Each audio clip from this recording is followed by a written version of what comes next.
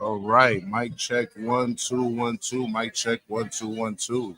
My name is Mr. M, and I'm joined by my partner in crime, fellow board member of the Queens World Film Festival, Mr. Rich. Mr. Rich, what's going on with you? How's it going, Mr. M? It's going so far so good. This is now the 15th Queens World Film Festival. Hold on. I'm doing too much, man. I'm doing too much. I'm pressing buttons. I'm acting like I'm not a pro. Let's start that again. My name is Mr. M, board member here at Queens World Film Festival, director of communications. And you wouldn't be able to know that from the way I just fumbled that transition up. Salute to all my filmmakers. And we're here at the annual Queens World Film Festival, annual kickoff Potluck Live. And I'm here with my partner in crime, fellow board member, new to the board this year. Congratulations, Mr. Rich. Mr. Rich, talk to us. Thank you, Mr. M. I am here. I've been part of this festival now for 15 years. This is the 15th Queens World Film Festival, and man, Queens World Film Festival. That's right. Make sure y'all get that right, because there was some copycatters. Absolutely, yeah. You want to make sure it's Queens World Film Festival. Yeah. Now, I know that Queens World Film Festival this year, we're turning 15. We have plenty of films going on from several nations, several days. Not only that, we have a theme. You know what this year's theme is, Mr. M, by chance? Yeah, I do, but don't quiz me like that, man. I got notes. Yeah, you got your notes there. Nah, you tell them, man. There you go. Yeah, I'll give you a heads up. I know it's connections, made, missed, and yearned for. Now, we also know that the festival is going to be happening, by all means, it's going to be from November 5th through the 15th, and it's going to be in 2 locations, which is going to be the Museum of Moving Image. Have you been to the Museum of Moving Image, Mr. M? I'm sure you have. Of course. I've enjoyed plenty of screenings at the Queens World Film Festival at the Museum of Moving Image. I want to say at least one of my screenings happened there. I'm also alumni here at the Queens World Film Festival, like my brother, Mr. Rich. And more importantly, we're also going to be at the Kaufman Astoria Studios. And that's history here in Queens. And that's one of the things I actually love and appreciate. That not only that we actually get to see amazing films, but we actually get to be in the locations where film pretty much started, pretty much here in New York City before Hollywood. Right. I love that. Yeah. And today, let them know where we are while we do this quick little transition. Well, absolutely. Today we are in not only Queens, but we are in Long Island City at the Loco Hostel. And this is one of the many places where we do a lot of our kickoff parties, a lot of our trailer parties. This is where we actually bring filmmakers not only to network, but we also want them to communicate. And not only that, talk about their films. Today, we're going to be talking with several filmmakers, not only about their films, but where we can actually see it, where we can learn about it, find out more information, and all of that. But before we get into the filmmakers, we want to be able to introduce the people who are behind the Queens World Film Festival. The main person who chooses a film, curates all the blocks, and who's been pretty much the creator, the absolute creator of the Queens World Film Festival for the past 15 years. We got him on the seat right about now. We'd like to introduce our artistic director, Preston Cato. Thank you. How's it going, Preston? Now, we know that you pretty much curated this whole film festival. First of all, do you know how many films, how many nations, how many days? How many films do we have in this festival this year? I think it's about 125. Really? Yep, about 125, 23, 24 blocks.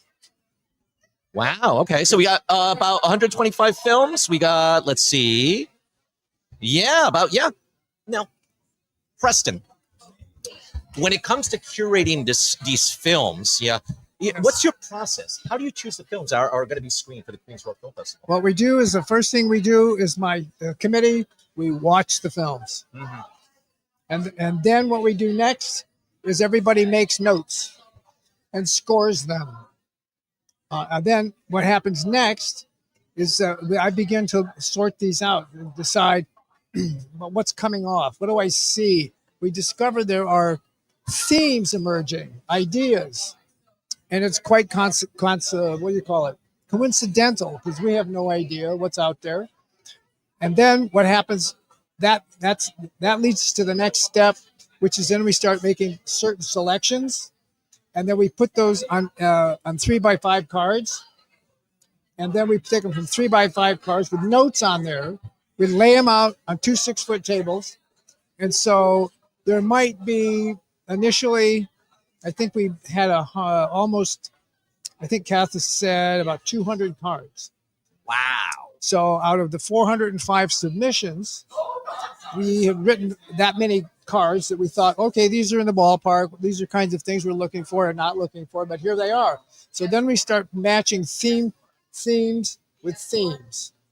And you know what the themes are for this particular year. And then you put like with like. Ideas. And so that's where you get these mixed blocks. And then we start shuffling them around, and then we create blocks of like-minded films out of the entire sea of films. And so then we whittle it down till we get to what we think is something that's manageable for this particular year, and we create the blocks. Then we look at the schedule and figure out where we can put pieces. And now we may get that far. We have them laid out all over 2 6-foot tables and paper.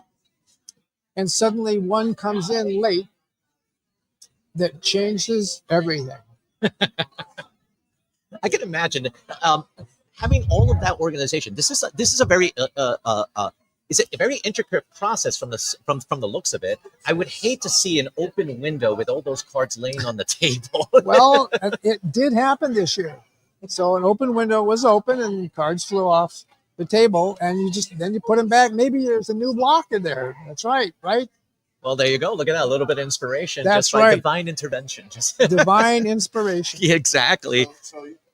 So you watch and your team watch all of the films, correct? Absolutely. Front to back. Front to back. Start to finish. Why? Well, among other things, we know if you're on Vimeo, the filmmaker can tell if you've been watched. Mm-hmm. And we want to guarantee every filmmaker we have watched your film. And we make sure that if it's screened, 2 people have watched your film. Ah. So therefore it's not just a single person go, I want this in. And so we want to guarantee the filmmakers that we genuinely watch those films. Were there anybody that didn't make it this year that you was like, I wish I had room for them, or they almost made it? Any honorable mentions? Well, oh God, that's hard. Yes, there's always films that we want to get in, but we just can't find a place to put it. And part of that placement is maybe the theme wasn't quite right, and maybe we just don't have the physical space. Now, in other times when we've had more blocks, then you can have more films. And even it's people who have been with us before. You know, those are really hard because we want to support them because they've grown, and maybe it's really good, but it didn't quite fit. And that's heartbreaker. Yeah. Well, for 15 years now, we've been celebrating the Queens World Film Festival, seeing so many different films. From the very beginning, what made you want to create a film festival, and let alone a film festival here in Queens?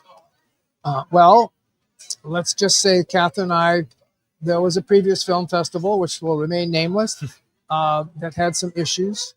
And we felt that the borough deserved better. And we understand this is, the world's borough.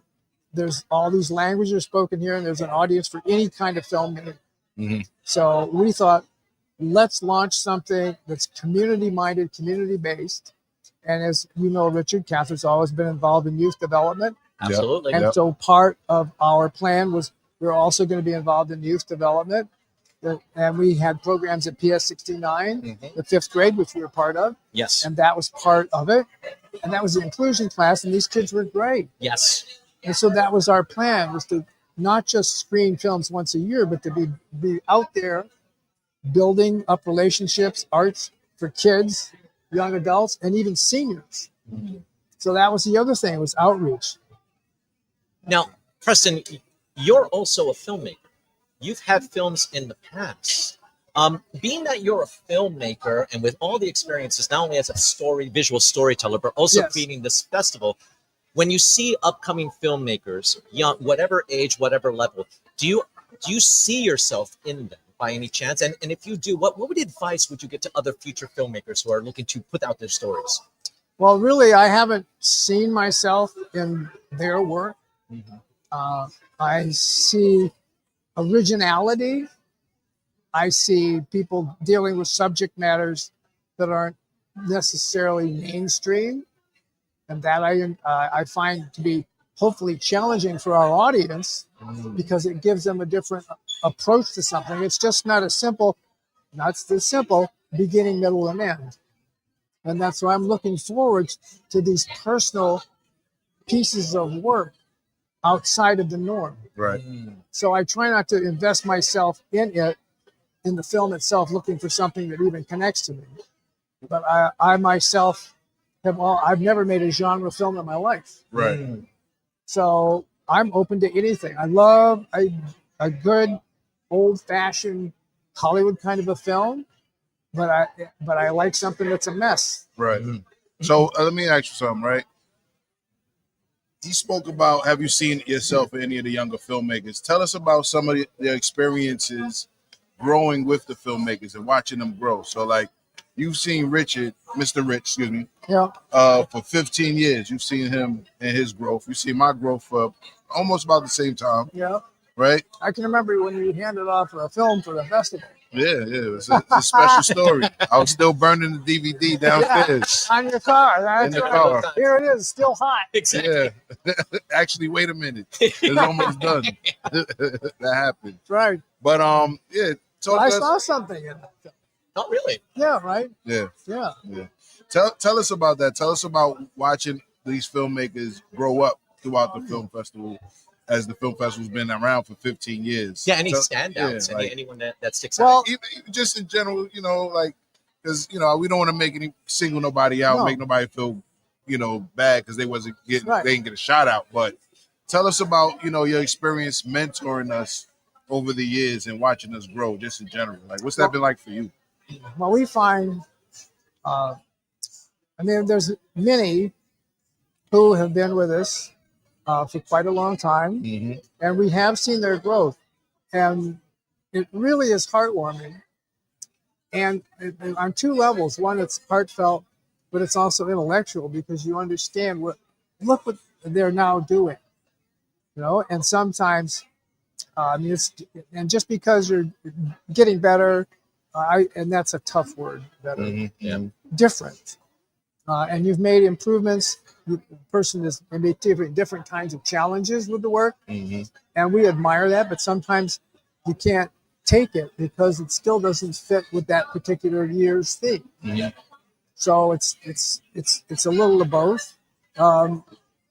We do have a couple filmmakers this year who have made their first features, and one of them made it in, and it's an outstanding piece of work. When you say we have filmmakers and one of them made it, like, elaborate. So you're saying that they came through the festival as associates? Or No, they came through it as filmmakers. as filmmakers, And and this was their first feature, so they were doing shorts. Right, before. they were Okay. doing. That's right, they were doing shorts, and I can tell in the filmmaker's growth. Mhm. I can see in the work when he changed. Right. He went from what you might say, how it is when you first kind of maybe make little baby jokes, or perhaps something that's an homage to something else. Mhm. And then this young person, he made something that he just had to make something personal, and you could just feel it. Right. And when it's that personal and it comes off the screen, you go, he just turned the corner. Right. Well, everybody that's been through the festival hasn't always come back though, right? But That's right. But you stayed in touch with a lot of these people, so just give us a little bit more about your mentorship. Like, how does it feel to mentor us though? Well, I've been a long-time teacher. I taught the Digital Film Academy 15 years. Yeah. And so Rest in peace to them. what's that? Rest in peace to that school. Though. Oh my God, yeah, rest in peace. Yeah. Well, he sold it, and a large conglomerate bought it. Oh, so it's still in operation? No, Okay. The Digital Film Academy is a very good place to go.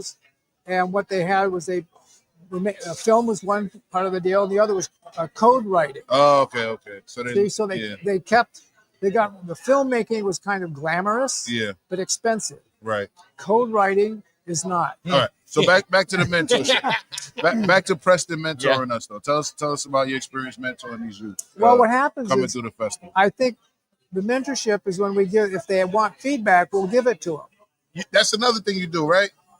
You give everybody feedback whether they make it in the festival or not, correct? That's right. It's possible. I mean, we can't do it to all 400 people. Right. But we do when the opportunity comes up. If they're curious, we'll let them know. Okay. And Well, that's kind of what good because a lot of filmmakers are first submitting to a film festival for the first time. We would love to get some of that feedback, especially from an actual film festival, to be able to know what to do best. Speaking of that topic, though, what would be your best advice for anyone who's submitting a film to a film festival? What would be the best way for them to present your film to sort of stick out from the other ones? What, in your opinion, would be that advice? Great question. Well, with us, it just simply comes down to, did you check all the boxes? Mm-hmm. Did you fill up? Did you put in all the information? And that's one. Mm-hmm. Can you read and do the work? And then your film, and then just when I hit play, it plays. Right? That's the other key thing. And I don't like you don't like to say work in progress or whatever it might be. I mean, what you're submitting is what you're submitting. And this is the only way I get to know you. Mm. And then there's the other end of it. So it's not just the film. It's, are you doing the managing part, the business? Remember, it's show, right? Business. So we see the show, but are you taking care of the business? Do you answer your emails from the director, the executive director? Yeah. Can we contact you, etc.? Is the information there? So that's the business part. So it's a little of both, because if we see something, there might be a hiccup or something, or we want to be able to get hold of you, and we hope you respond. So that's the business part. Right. So it's a little of both. And we also, when you're at the festival, we do things like tonight and other events, which highlights the filmmakers and everything that we do, Kath and I do, it's all about the films. Right. That's our focus. That's our absolute focus. We want to present the film work as best we possibly can. Right. But it's show business. Yeah. I love that. I love the fact that it's show business. Now, here's my next question.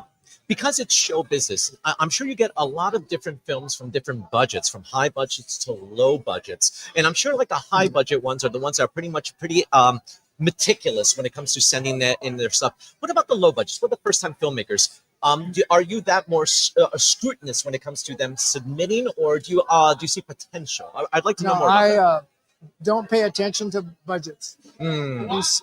Some people will put what they spent in there, and I've seen things like as $500, and I've seen films submitted with more than $1 million. But I don't pay attention to that. I mean, it's in there. That's in their information, but that doesn't affect me. I mean, is it good? Meaning good? Does it resonate with me? That's what good means. And I know it was one of our very first festivals. We had a black and white film from a local filmmaker, and it dealt with a person caught in purgatory. And this was one of the most, it sticks in my mind to this day. It had no budget. It's a little clunky, but the idea was so freaking good. I mean, that's it. The idea was incredible. And so his limitations on one side just amplified the circumstances of the person in this position. Right. And I swear to God, it's one of the best films he's ever made. Yeah, I always say that yourself and Catherine do a great job at identifying people who actually put their blood, sweat, and tears into the film. You know? Yeah, because that's how I feel I got picked. I was a first-time filmmaker. It was a passion project. I didn't even know I was a executive producer and director, and Yeah. I didn't care about those titles. I just did the film. Yeah, you did. Yeah. Wasn't it you drop kicked a baby or something? I played a character that drop kicked the baby That's right. in a mockumentary. Right. I love that about you, Mr. Right there. That's new information we discovered about this. And I tell you, when I saw that, I go, this guy's in. Yeah, I had a risky film as a mockumentary on gangster rap. Yeah. But we had a lot of subtext in it, and we put everything into that film. Yeah. You know, not necessarily. Well, I put all the money I could, but I put a lot of grit Well, you into can it. see the heart in it. Yeah. You know, and I don't mean that sloppy or otherwise, but Right. I mean it. You could just you can't force that to happen. Right. Absolutely. It's just there. Yeah. It's there, and you can read it when and you can. And doesn't a big budget can be a beautiful film and all that sort of stuff. But where's the heart? Right. Where's the flavor? Yeah. Yeah, the flavor. Mm-hmm. Yeah, Yeah. I love them. Yes, Sure, and the filmmakers love you too. And we got people watching, but you're not talking in the comments. So we want to see some comments. Absolutely. We want to know. Questions, throw us out too. We'd love to be able to get some audience questions about going on. But in the meantime, some information. I believe we have 124 films from 17 nations, 17 days, 3 screens, 2 venues, and everyone who comes, the audience, which means you. The theme of this year, I believe, is connections. Is that correct? That's right. Made, miss, and yearn for. Why connections? Well, isn't that what life is all about? Making connections and making connections, and you make them, and sometimes lose them, and then you yearn for them. And some films had those exact feelings that came across. I love it. And I believe it's going on from November 5th through the 15th at the Museum of Movie and Image and Kaufman Astoria Studios. Yes. I love the fact that they're presenting there. There's so much history there. Was this your first choice? Both the Museum of Movie and Image and Kaufman Astoria Studios? Yes. I love it because of the history. So that's once again 124 films, 17 nations, 17 days, 3 screens, 2 venues, and you guys. The theme is Connections Made, Miss, and Yearn For. If you want tickets or more information, you can visit the website at queensworldfilmfestival.com. This is Artistic Director Preston Cato. Mr. Cato, thank you so much for taking the time to talk to us. And not only that, informing us, our future filmmakers, on what it is that they need to get their films put out there or actually looked at for other festivals. Yeah, be truthful. Absolutely. And this is coming from the artistic director himself. So, filmmakers, please. And everything I said's a lie. No. All right, we do got a comment. Just One Love. Salute to Just One Love.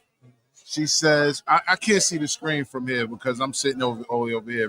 Mr. Rich, read that for me. All right. What do you all look forward to seeing happening during the festival? What are you looking to see happening during the festival? Good question, by the way. What do I like to see? I like to see people having an experience they can't get anywhere else. I love it. I love it. So hopefully you guys got that. I can tell you this, between Mr. M and myself, we've been part of this festival for 15 years. The reason why we keep coming back is because it's not only such a fun festival, but this is a festival for the filmmakers. This is a festival for the actual stories. Yes. So please tell your stories, submit your stories. You have the advice from the actual artistic director himself on how to be able to get yourself out there. Preston, thank you so much for giving us some time on your talking to us real quick. I know you got a lot to do, and we're going to see if we can get more interviews. Yes, we got another filmmaker coming on right over here. We'll see you. Thank you. That's it. Thank you again, Preston. In the meantime, while Preston leaves, I'm going to be thanking some of our sponsors that we have here today. Queens World Film Festival, first of all, enjoys the support of businesses, foundations, and elected officials from numerous sectors because the festival provides an incredible marketing opportunity for those who wish to reach filmmakers and film lovers. Queens World also supports Black-owned businesses. And while these businesses are not direct festival partners, we urge you to use the link that's found at the Queens World Film Festival website, and it's under our sponsor page.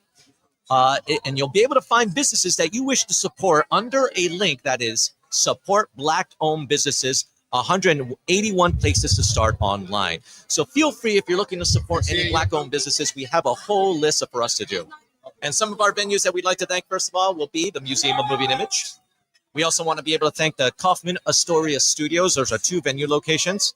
I believe we're going to be having a filmmaker breakfast lunch, and that's going to be happening on November 8th at 10 o'clock. It's going to be our industry event, and that's also going to be brought to you by our sponsor, City National Bank. Some of our other sponsors, especially our media sponsors, is going to be QNS. That's Queens for ya. Queens Chronicle, and It's in Queens. Because we are the Queens World Film Festival, we want to make sure that we represent Queens. Our industry partners are going to be Indie Collect, Deadline AV, and the New York Women in Film and Television, and also Chipaway Productions. Our hospitality partners are Saks Place, which is right next to the Kaufman Astoria Studios. I believe we're going to be able to have some, that's going to be our official kind of partying place. So if you guys want to be able to go on and hang out there, feel free. And lastly, our community partners from the Astoria Bookshop, the New York City Department and Youth and Community Development, my apologies, Jackson Heights Beautification Group since 1988, the New York City Football Club, Lockwood, 34th Avenue Open Streets in Jackson Heights, Jack Jones Irish Gastropub, Toodles in French, the Shakar Krishnan City Council, Partnership for After School Education, and Queen's Memory. Queens World is made possible in part by a Queens Community Arts Grant as part of the statewide Community Regrants Program funded in the New York State Council of the Arts and managed in the Flushing Town Hall. The New York State Council of the Arts statewide Community Regrants Program, formerly the decentralized program, with the support of Governor Kathy Hochul and the New York State Legislature. It was made possible in part by the funding through the New York City Council members, Shakar Krishnan and Department of Youth and Community Development, and public funds from the Queens Art Fund, a regrant program supported by the New York City Department of Cultural Affairs in partnership with the New York City Council and administered by the New York Foundations of the Arts. Now that we got all of our sponsors thanked, we can now continue with our interviews with our filmmakers. Wait. First of all, I want to say salute to everybody who actually sat there and wait during the transition and listened to Mr. Rich as he plugged all of those things that we needed to plug. Thank you to you. Thank you, everybody who's watching. Please leave a comment. Let us know what you're thinking. Do you have any questions for these filmmakers? Any questions for us? Anything you want to say? I'm going to ask that you move over so we can get you on the mic.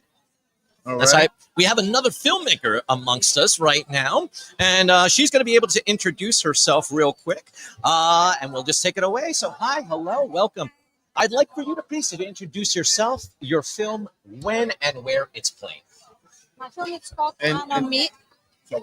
My film is called Anomy. My name is Natasha Prosen Stearns. I'm a filmmaker from Slovenia living in Los Angeles. And Anomy is a experimental film that is playing on Sunday, the 9th of November at Astor Zucker Studios. Oh, nice. Okay, now you say it's an experimental film. As you know, that this year our festival has a theme, and it's pretty much our connections. It's pretty much made, missed, or yearned for. Since your film is kind of experimental, does your film has any relation to the theme? How would you connect it? Absolutely. My whole work has the correlation to the film, to the theme of connection. Start from the beginning. Got to always talk to the mic. I know you want to look at us, but Right. we You can look at him, we if want anything. them to hear you. We want them to hear you. Absolutely. My entire work actually has a lot to do with the theme of connection, because it's all about, I'm going back to the film that is going to screen this year, Anomy, which means falling apart of standards in society and how to break that and how to find the word out of it. And I find it in connection with nature. That's why there are all these colors. I recorded layers and layers of super extreme close-ups of flowers and connected with silhouettes of people. So this is the connection. Connection. Yeah, no, And this is that was what we're watching, is the trailer to the film right here. Yes. those are really beautiful visuals. Thank you. Yes, there. I work with the galleries a lot, so these are oftentimes called moving paintings. And this particular piece has its iteration as a 3-channel video installation, and it was commissioned by NLB. This is a bank in Slovenia, in my home country. So it's on display right now in the capital of Slovenia, Ljubljana, for until February next year. Is this a mixture of close-ups and still images? Yes, there are also still images, but mostly it's layers, between 5 and 7 layers of moving images of really extreme close-ups of flowers, on which we are changing the lighting. That's where the movement comes from. and it's really so close that sometimes lens is almost touching the pedals. Now, being that these visuals are so beautiful and amazing, it's like, what's your expectations? What do you think the audience? How is it going to resonate to the audience? What do you think they're going to leave feeling or talking about after watching this film? Well, as every artist, I hope it's gonna touch the audience. It's gonna open their heart. It's gonna open some horizons and something to think about. And I believe in a poetic approach, in something that it's not all explained, and it leaves a lot of room to imagination and to dreams. So I think this is where I connect to the audiences. I love it. I love it. So let me ask you, because we have a little bit of time left with you.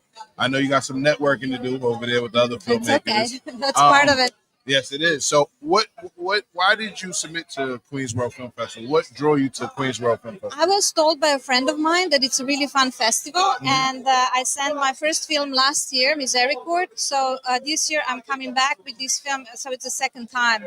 Okay. And so you got in last year too. Yeah. Congratulations. Yeah. Returning And- filmmaker. Nice. Right, and yes, this is a great thing about Queens World Film Festival. It's the whole alumni project, because I continued the communication with Kata and the team. So this year, I don't only have a film inside of the festival, but also a screening in Stewart Theatre on the 23rd of October, which is going to be just selection of my works the entire evening. But this is also in collaboration with Kata and Queens Film Right. Festival. Yeah. Salute to Stewart Cinema. They're great over there. I love Emily Stewart. She's a great person.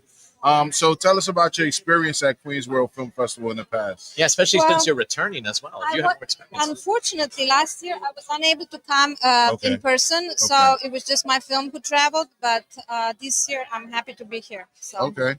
And where can we hear more about your film and yourself? Your social media handles, website, things of that nature. my Instagram, Natasha Stearns, or YouTube video channel that has a lot of followers thanks to my video Mud, which is shot at mud volcanoes in Los Angeles, and it kind of became viral. So it's an interesting development. I'll be in Los Angeles later next month. I'll hit Really? you up. Yeah. There you go. Look at Yeah. that. Be out there for a film screening. So Now, Absolutely. we want you to definitely enjoy the night. This is all about the filmmakers. We want you to network and all of that. We also want to have success for your films. But before we let you go off to meet other potential storytellers, we want to let everyone know that we're all about Queens. Right now, we're part of the Queens World Film Festival. Everything's happening in Queens. Since everything's happening in Queens, would it be okay if you could just look right into the screen right over there? And can you just say for us, we will see you in Queens? We will see you. So you want to look in the camera? But make sure you get the microphone there. Yeah. Where's the We camera? need the That's audio. camera. We need the That's that camera. yeah, but we Okay. need the audio. Absolutely. Whenever you're ready. Say it again. We will see you in Queens. We will see you in Queens. Thank you so much. Once again, can you let us know Thank you. when Thank your you. film is No I'm problem. sorry, this was all over the place. No worries, but can you tell us one more time? Absolutely. We're still on, but I want to know one more time if your film, when it's going to be playing and where. On microphone? Yes. So my film Anomy will play on November 9th in Astor Zucker Studios at noon. Perfect. Okay? Thank you, guys. Thank you so much. All right, we're going to try to get more filmmakers coming along. Absolutely. But in the meantime, while we get our other fingers to come, we're also going to give you, once again, letting you know, we're going to be having some special events happening as well. So obviously today is our annual kickoff. We're celebrating all the filmmakers today, but on October 15th, we're going to be having our presser as well as Queensboro Hall. It's going to be at 10 a.m. November 5th, that's our opening night. Yes, November 5th at 7 p.m. Check their calendar, check your websites. We're going to be having a lot of films happening that day, so feel free to join us at our opening night kickoff. Let's not forget some other venue and opportunities. On November 8th, we're also going to be having a Filmmakers Breakfast Pitch Fest. It's going to be an industry event. So we're going to have several of our filmmakers pretty much pitching their movies, networking, and all of that. Now, on November 8th, we're also going to be having our Queen's Corner at the Redstone. We're going to be doing all of these. This is all also on our website, so feel free to look at our calendar so that way you're up to date on all our different events. And let's support some of these filmmakers, not only by just showing up to their films, but also showing up to the events as well, too.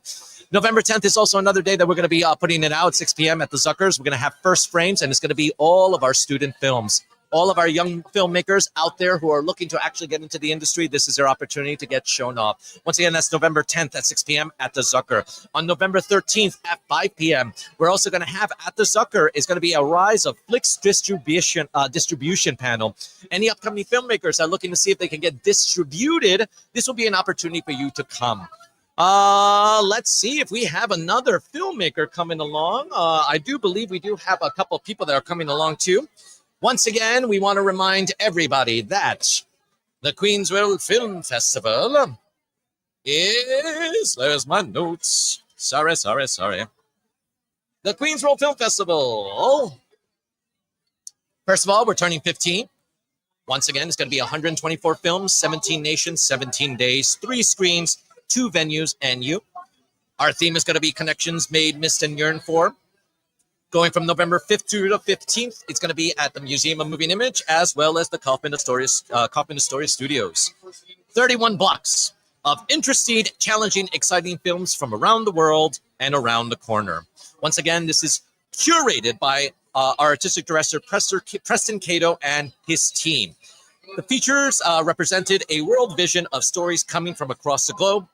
The short films are screened in thematic blocks of like-minded films grouped to create a specific cinematic experience.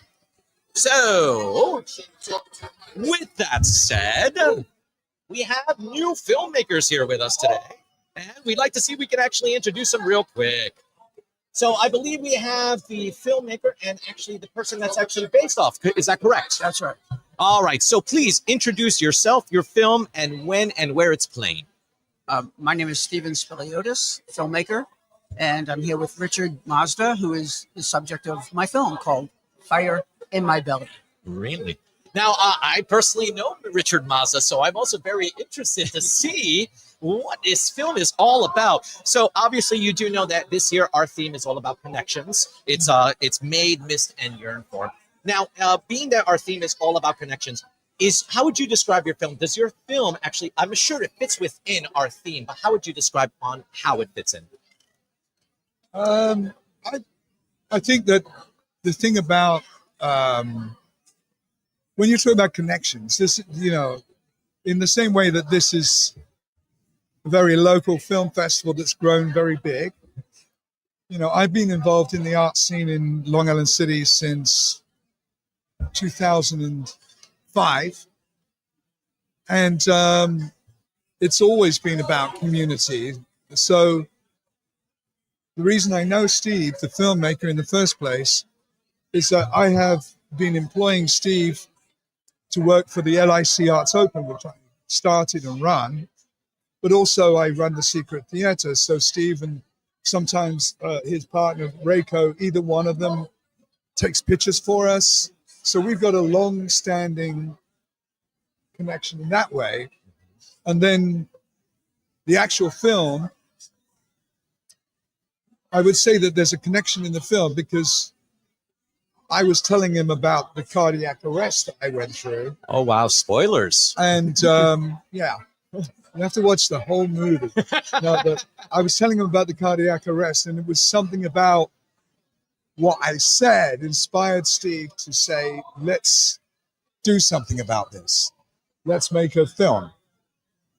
And that's what we've been doing. Well, I'm happy to say that after hearing that story, that you're actually here with us to be able to tell us. So thank you for that, and thank you for documenting it. This sounds like a very, very inspiring story. Can you give us a few? Can you give us a description? What can we expect? Okay, so Richard and I had a casual conversation on the phone, as he said. He said, "Did you know my heart stopped for 19 seconds?"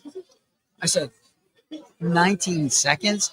I can't even hold my breath for 19 seconds. Try it, right? And so I said, my next question was, has this changed your life? You know, this experience.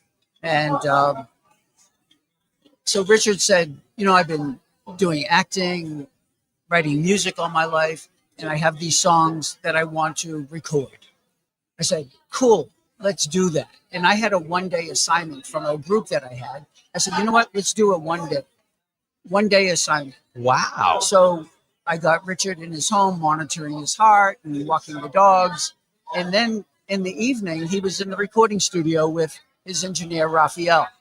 And so I set up a couple cameras, set up some lights, and we record. And Richard, unbelievable. He's singing, playing bass guitar, rhythm guitar, all this, right? And So you have like a one-man band here. oh yeah, it was amazing. So we captured all that, and along with the interview, it's turned out to be a little 5-minute piece, a little short. I like that. I Yeah. like that. It's sort of like getting to know a community member in quite literal, in a Yeah. literal sense. Yeah. Yeah, Almost nobody in New York knows me directly from my musical career. And I mean music, not musicals. I'm to everybody that I'm now good friends with in New York. I guess I'm the theater guy, right? And but prior to that, when I was younger, I had record deals, publishing deals, produced lots of records for other people. I wrote an R&B #1. You know, people don't know that stuff about me. And I've continued writing songs.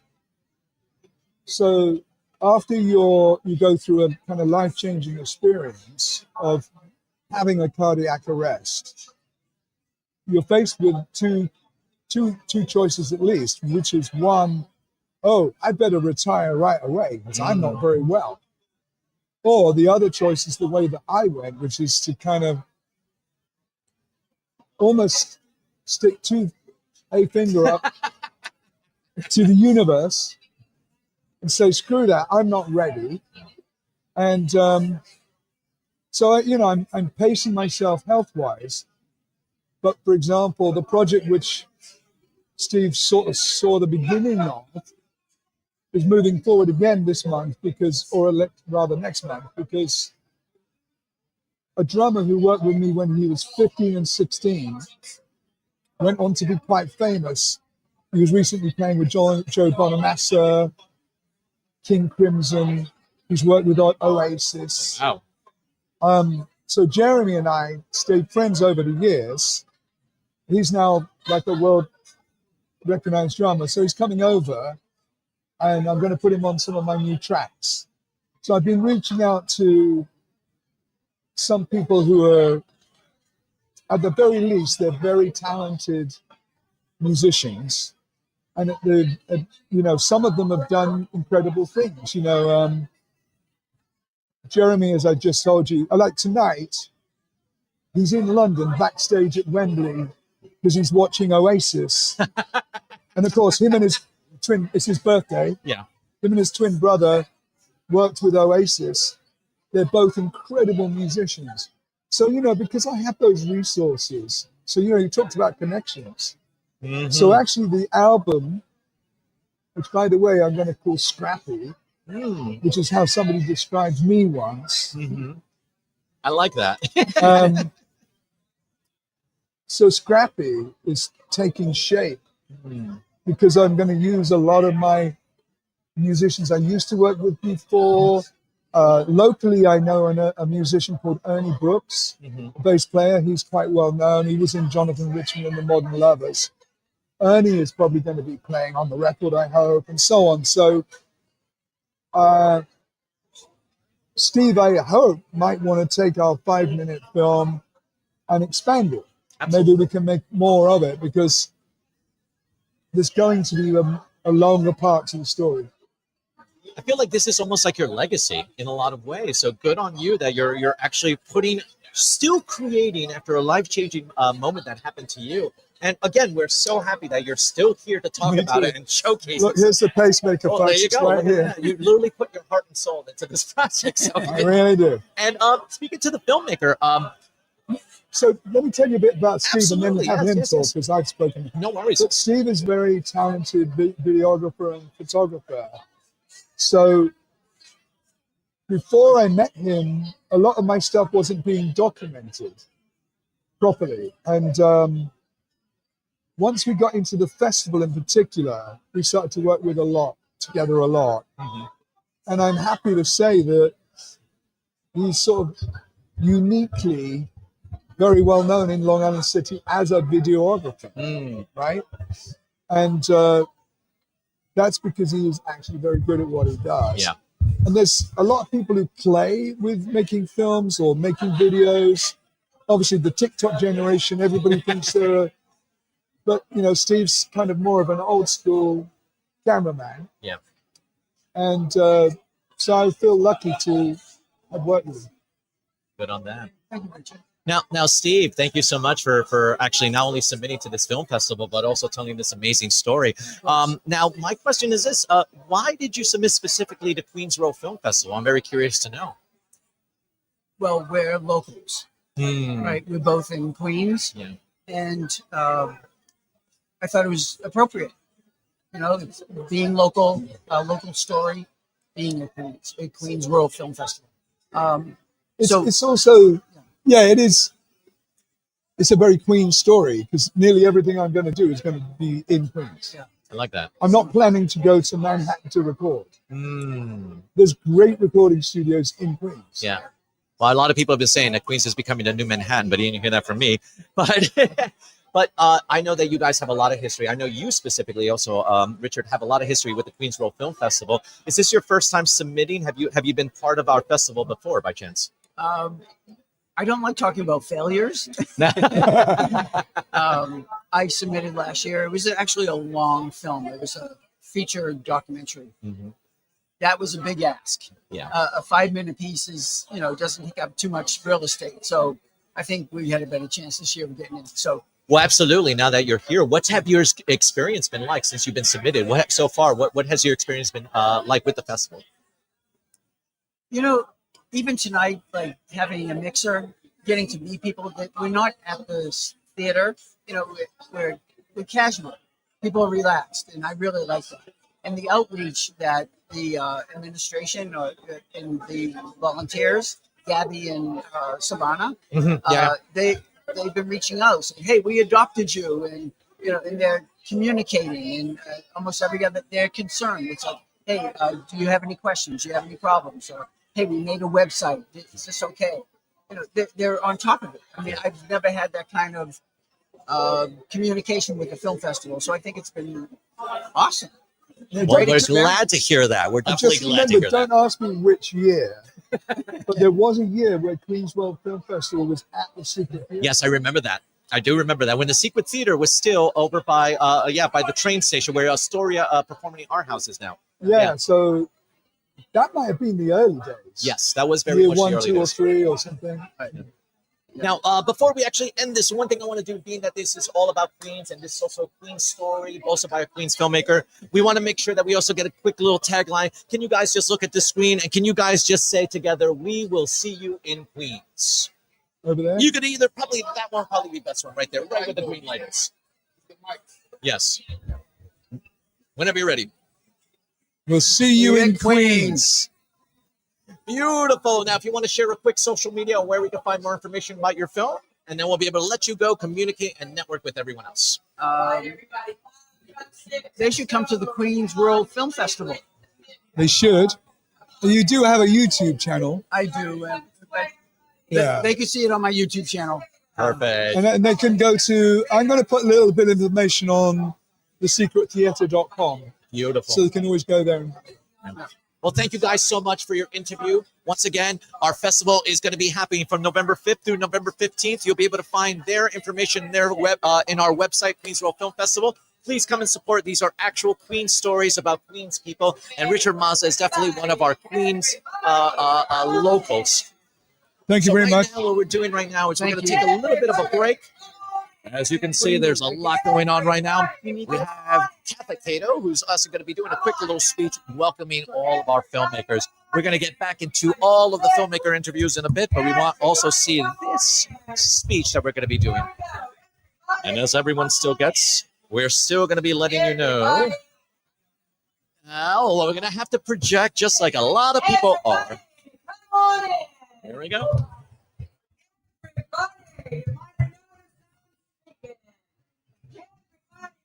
You told.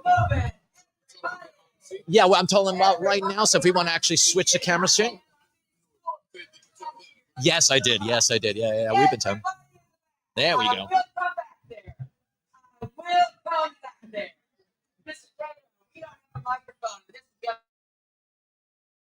Everybody. All right.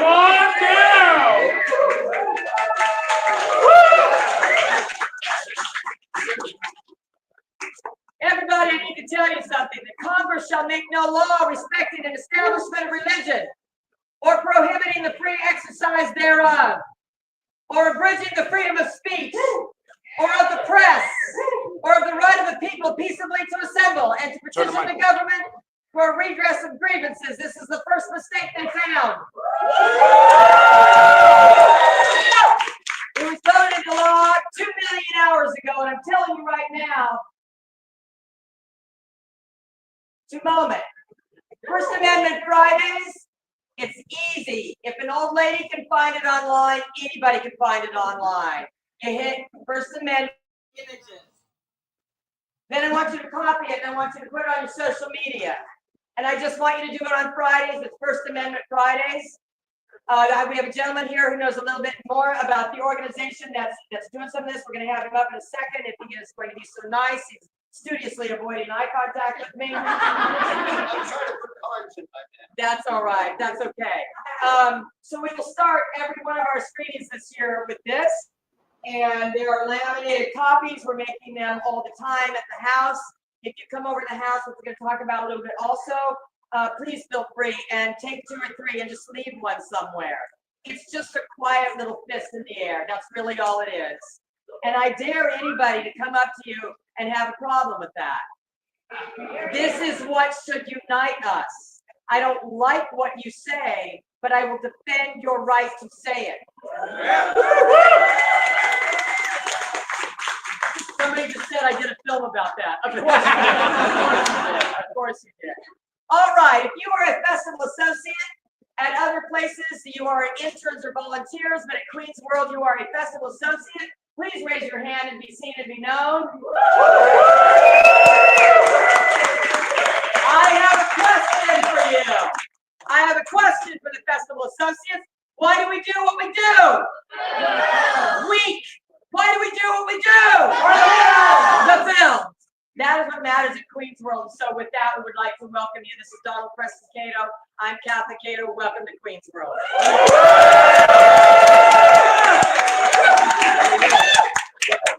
All right, if you're an alumni of our festival, please raise your hand. I can see you.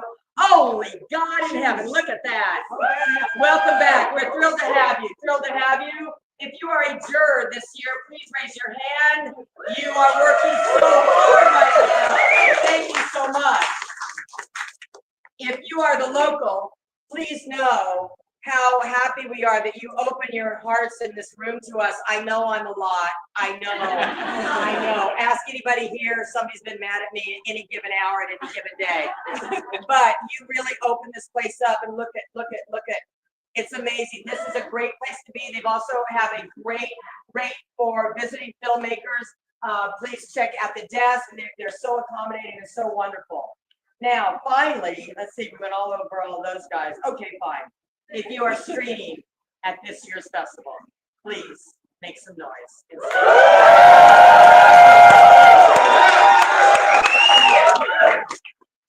Imagine a life where you get to stand facing that direction and looking at this. May you all be so lucky someday to be in a place to see this. It's quite moving. Now, speaking of incredible people from Queens, I would like to introduce you to some of the people on our board. They not only talk the talk, they walk the walk. Dora Naughton, Mr. M, and Mr. Ricks. So Mr. Ricks and Dora, come on up. They are alumni. Are you coming up? Also, they're going to tell you just a little bit very quickly the year that they screened with us and what they did between that and now on the board. All right, and then we're going to do our first two raffles, yeah? All right. Okay, who's going? What's up, everybody? My name is Mr. M. The M stands for Montaigne, Massive, first and last, both M's. My first time screening at HBO. At 20. Sorry.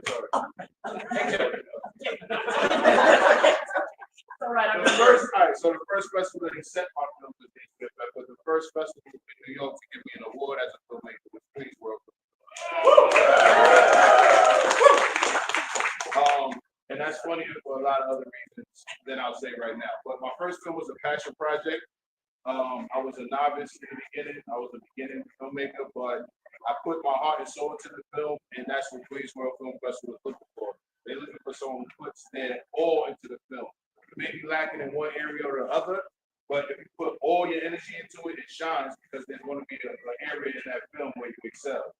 So, my first film was risky. It was a mockumentary. They still give me stuff about it. Since then, I made another documentary and I came back in 2017. My first year was 2012. Yeah. Are you working the first year? I was second 2012. year. Yeah, I was in the second year, right? Yes. And I entered because I'm from Far Rockaway, Queens, right? So I figured, let me just enter the Queens World Film Festival. And to my surprise, I gained a new family, a new home as a filmmaker. They mentored me for years. And 10 years to the month when I got the phone call that I would be accepted in the Queens World Film Festival, I got another phone call March 2022. And they didn't even know it was 10 years because March 2012 is when I screened. That's right. And in March 2022, I get a phone call being invited to be on the board of directors. So that was a full circle moment, if ever. And I want to thank Don and Catherine. All right, like she said, we both have different personalities, but we get it done, as you can see. And I'm very proud of everybody that's here. Congratulations, that's my story. Hope I didn't muck it up. You're going to tell them now? Are you going to tell them? What was the moment? Okay. So, like I said, my film was a mockumentary. It was a mockumentary on gangster rap. So the subtext was all these things that was happening. We had to over-exaggerate them just a little bit so people can see what we were trying to say was the problem with hip-hop at the moment, right? So there was a story in hip-hop where somebody's son got slapped. And, people kind of glossed over it. But me and my friends said that's not cool. We're youth advocates like Catherine and I connected on being youth advocates early as well. So we had to drive the point home. So it wasn't a child, it was a baby in the film. And my character drop kicked the baby. And literally Preston said, "Oh, that guy, And get that guy." I just found out today that was the moment when they said I'm in the film. Because my character dropped kicked. No real babies got hurt. No, all right. That's my Who's story. next up here? I'm Mr. Rich. I've known Catherine for quite some time now, for many years. That's in dog years. No worries about that. Let's see. The first time I submitted, I have to say, 15 years ago was the first time I actually submitted. It was one of the first film festivals, and this was where we were still, when you guys were still premiering at the Jackson Triplex movie theater in Jackson Heights. If anyone's a local of Jackson Heights born and raised, you'll remember the Jackson Triplex Theater, which is now unfortunately the Oregon. Yes. However, though, I was lucky enough to actually see a short film of mine in the theater that I grew up watching other films. So it's a very surreal moment, and I hope that moment happens to you guys as well too, seeing your films for the first time on screen with an audience of not only just fellow filmmakers, but an audience of people captivating people who want to see your film. So give yourself a round of applause to them. The second time I submitted, I think it was either 2016 or 17, and it was another short film that I produced called Short Steps. But in the 15 years of this festival, I've worked with potatoes in almost every single position in the festival, from projectionist to one of the volunteers to now manager. yes, venue manager, everything and anything in between, even to like a food run. Yeah. What's that? Oh yeah, even media. Yeah, but now I am a board member, so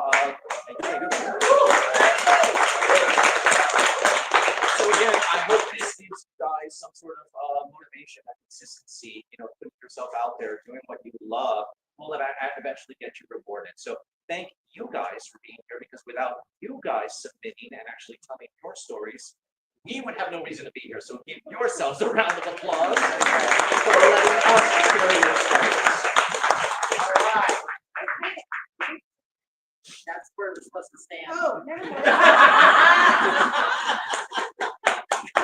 Okay. Hello, everybody. Hello. My name's Dora. Can everybody hear me? Okay, great. So I am the secretary of the board of the Queensboro Film Festival. So nice to meet you all and to be here tonight. Thank you for bringing the amazing spread of food. It's incredible. I'm also here to present our raffle awards tonight. I hope you were able to grab a raffle ticket. I do have a little bucket of tickets over here. So my story for the festival is I'm actually a theater person. Shocker. And a friend of mine asked me to produce a short for him. And I said, I have no idea what I'm doing, but the answer is yes. And I actually found a lot of it translated. There was a lot of familiarity for me, and I really enjoyed working on that film. And we had a great, healthy festival here. A lot of LGBTQ film festivals accepted our short. And Queensboro was maybe the second film festival that we got into that actually does a variety of genres of films. And I showed up to this event, the potluck, and it was somewhere in Woodside. And I immediately fell in love because I'm a Midwesterner and we love potlucks. Like, there's nothing in the world better than that. And also, as soon as Katha opened her mouth, I was like, these are my people. I was like, I really want to be involved. So not only did we have an amazing screening, the next year I said I want to be a festival associate, and I started working with Katha on producing some of our events. And I was a host, and did all sorts of different things at the festival. And even the year we went, we had to go virtual. That was actually my first year as a festival associate. And that was intense, but I stuck with it for them, and I'm so glad I did. I forced them to put me on the board, and here we are. Now I'm the board secretary, which is great. So that's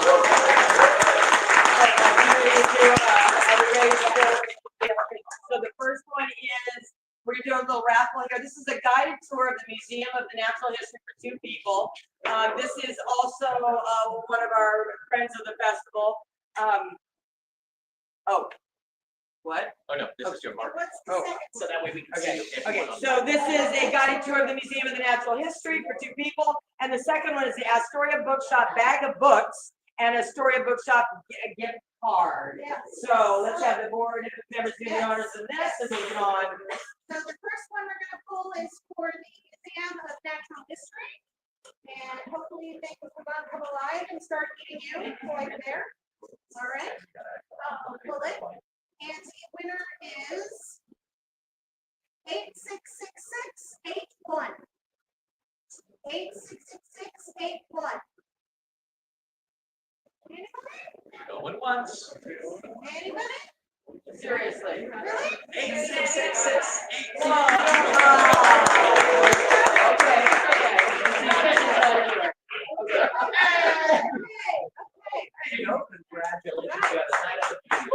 Okay. Okay. And the information of who you need to contact is there. And if there's any confusion, just let me know, okay? All right, we're good. All right, we got another one going on right over here. This is Ooh, the we're Astoria going into Bookshop bag. That's right. We got 8666 70. Hey! All right, very good. Yeah, very good. All right, you guys, thank you for the board. Thank you so much.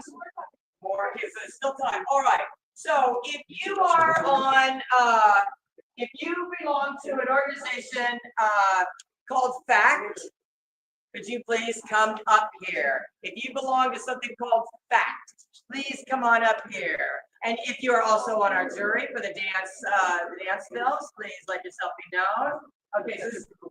Okay, so this is DJ McDonald, and I'm understanding that's where we're supposed to stand. So, okay, so I need you to talk about fact.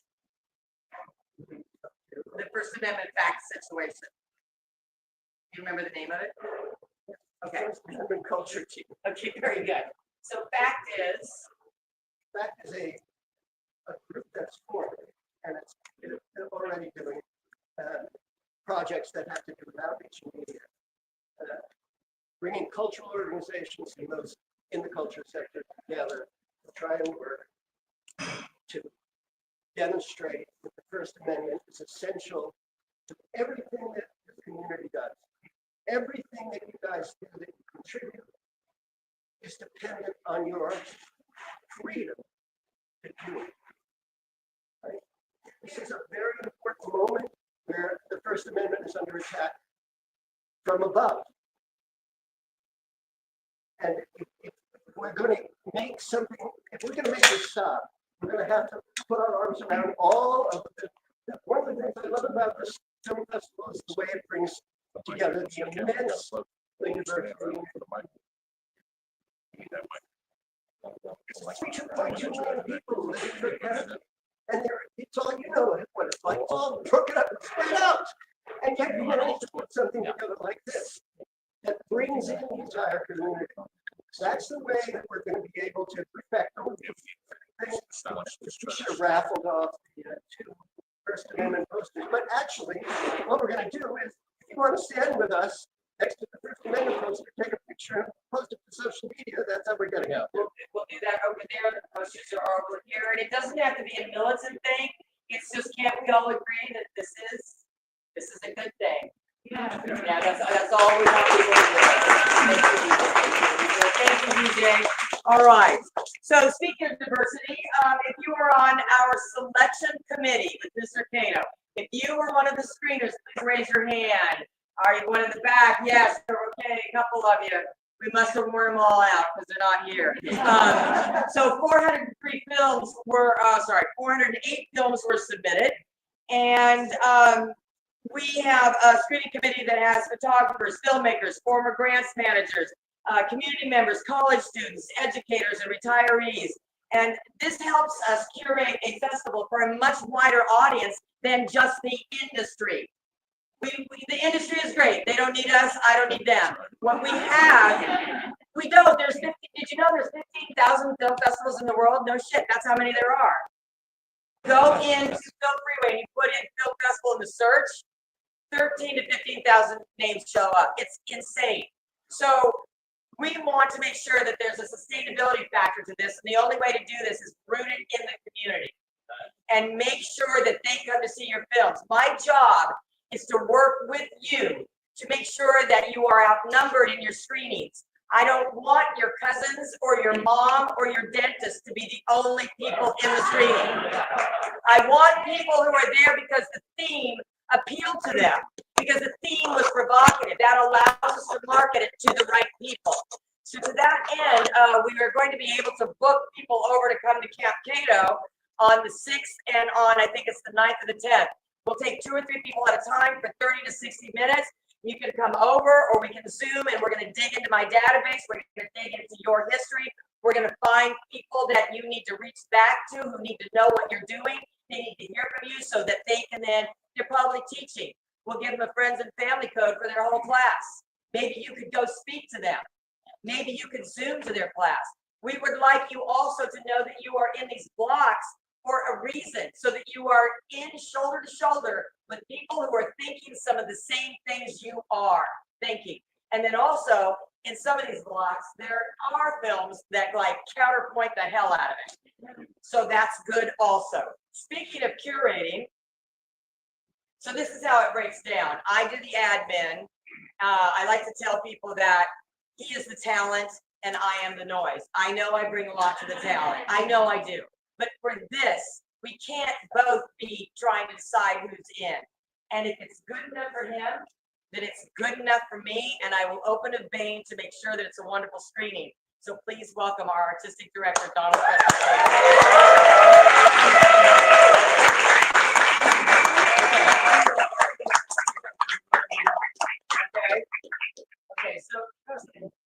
the festival.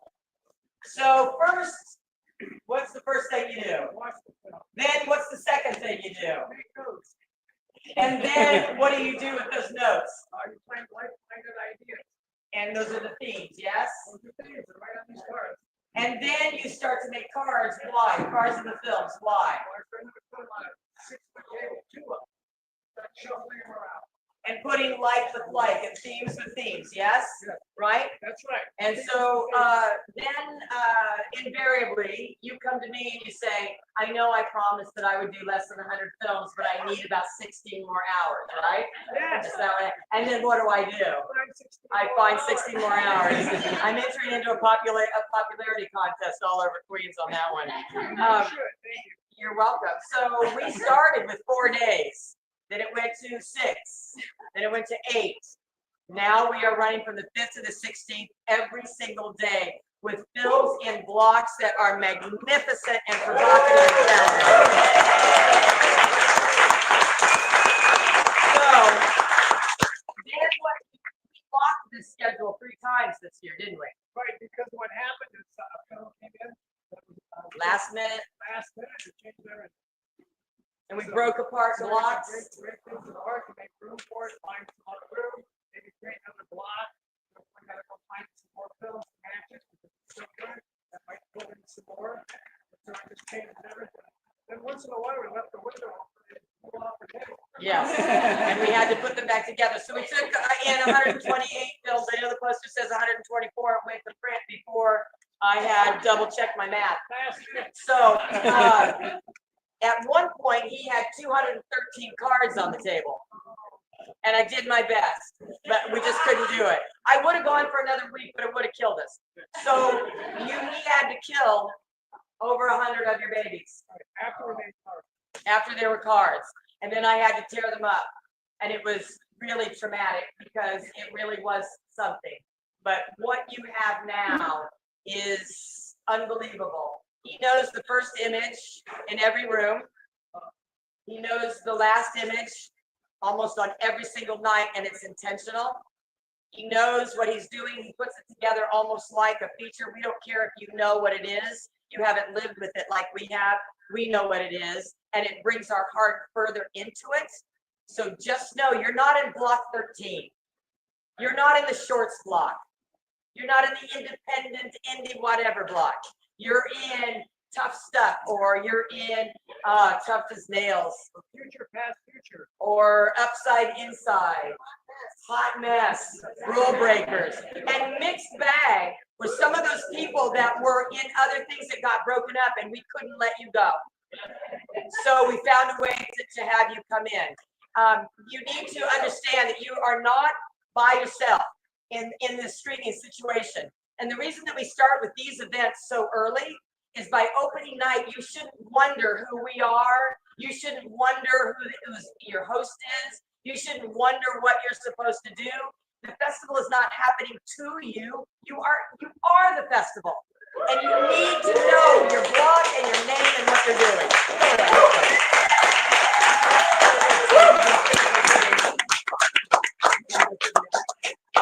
Want to stand here? Okay, he usually likes to run for the hills. Okay, now third raffle. You're gonna do the raffle, and this is Toodles in French. Yes. I'm gonna go over here. You're gonna stay there. I'll tell you all about Toodles in French because the restaurateur, Chad Goldsmith, is a very good friend of mine, and he's based in Astoria, Queens. He is from Queens, so it's a Queensy restaurant. It's on Ditmars Boulevard, and they just won Best New Restaurant in the United States in the USA Today poll. And let me tell you, even I couldn't get a table. I had to call Chad and be like, can you please get me in? So anyway, it's a great place. And what this gift certificate is for is one of their tasting events.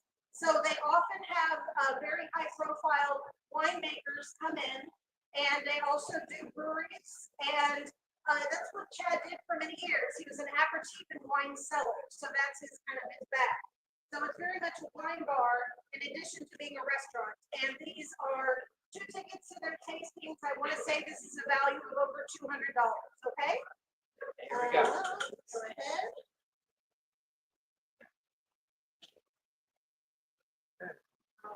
Number? Okay. The number is 866674. 866674. You're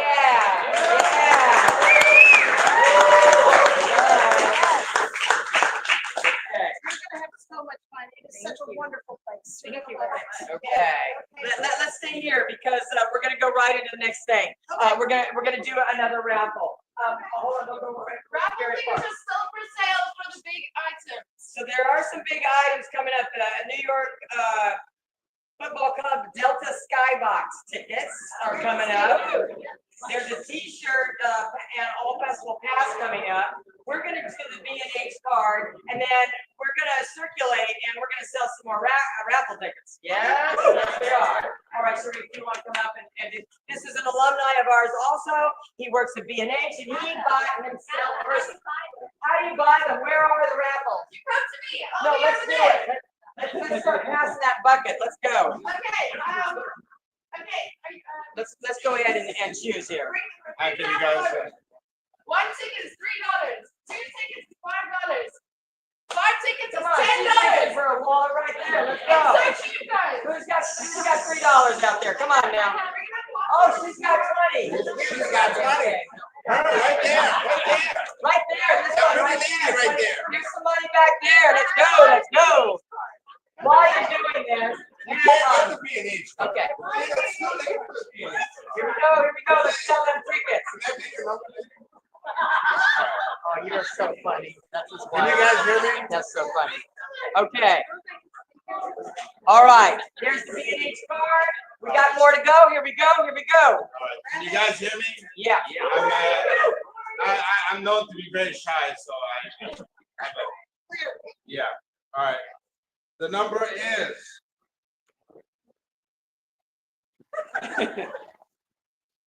You got it? No. Can you guys hear me? One more time. 666 86. B&H card 86. Where are you? I think. Did you get it, man? Did you get it? No. All right. B&H. The B&H card. Everybody knows what B&H is, right? B&H is the largest. It's the Let's do another one. filmmakers. Where best are you? friend. 86. 3, 2, 1. Let's do another one. Here we go. Ready? Wait. Going once. False alarm. All right. 8666. Wait. What? 86? Oh, Lord of mercy. It's that way.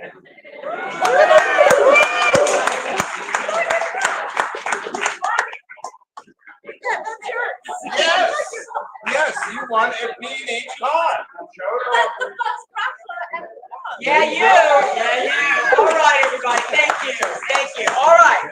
Now, you may have noticed that we're doing a live broadcast here. We need everybody to rotate onto the couch. 5-6 minutes. You're going to talk about the theme and how your film relates to the theme, and you must know the name of your block. All righty. So, this little segment is called How to Ruin Your Festival Experience.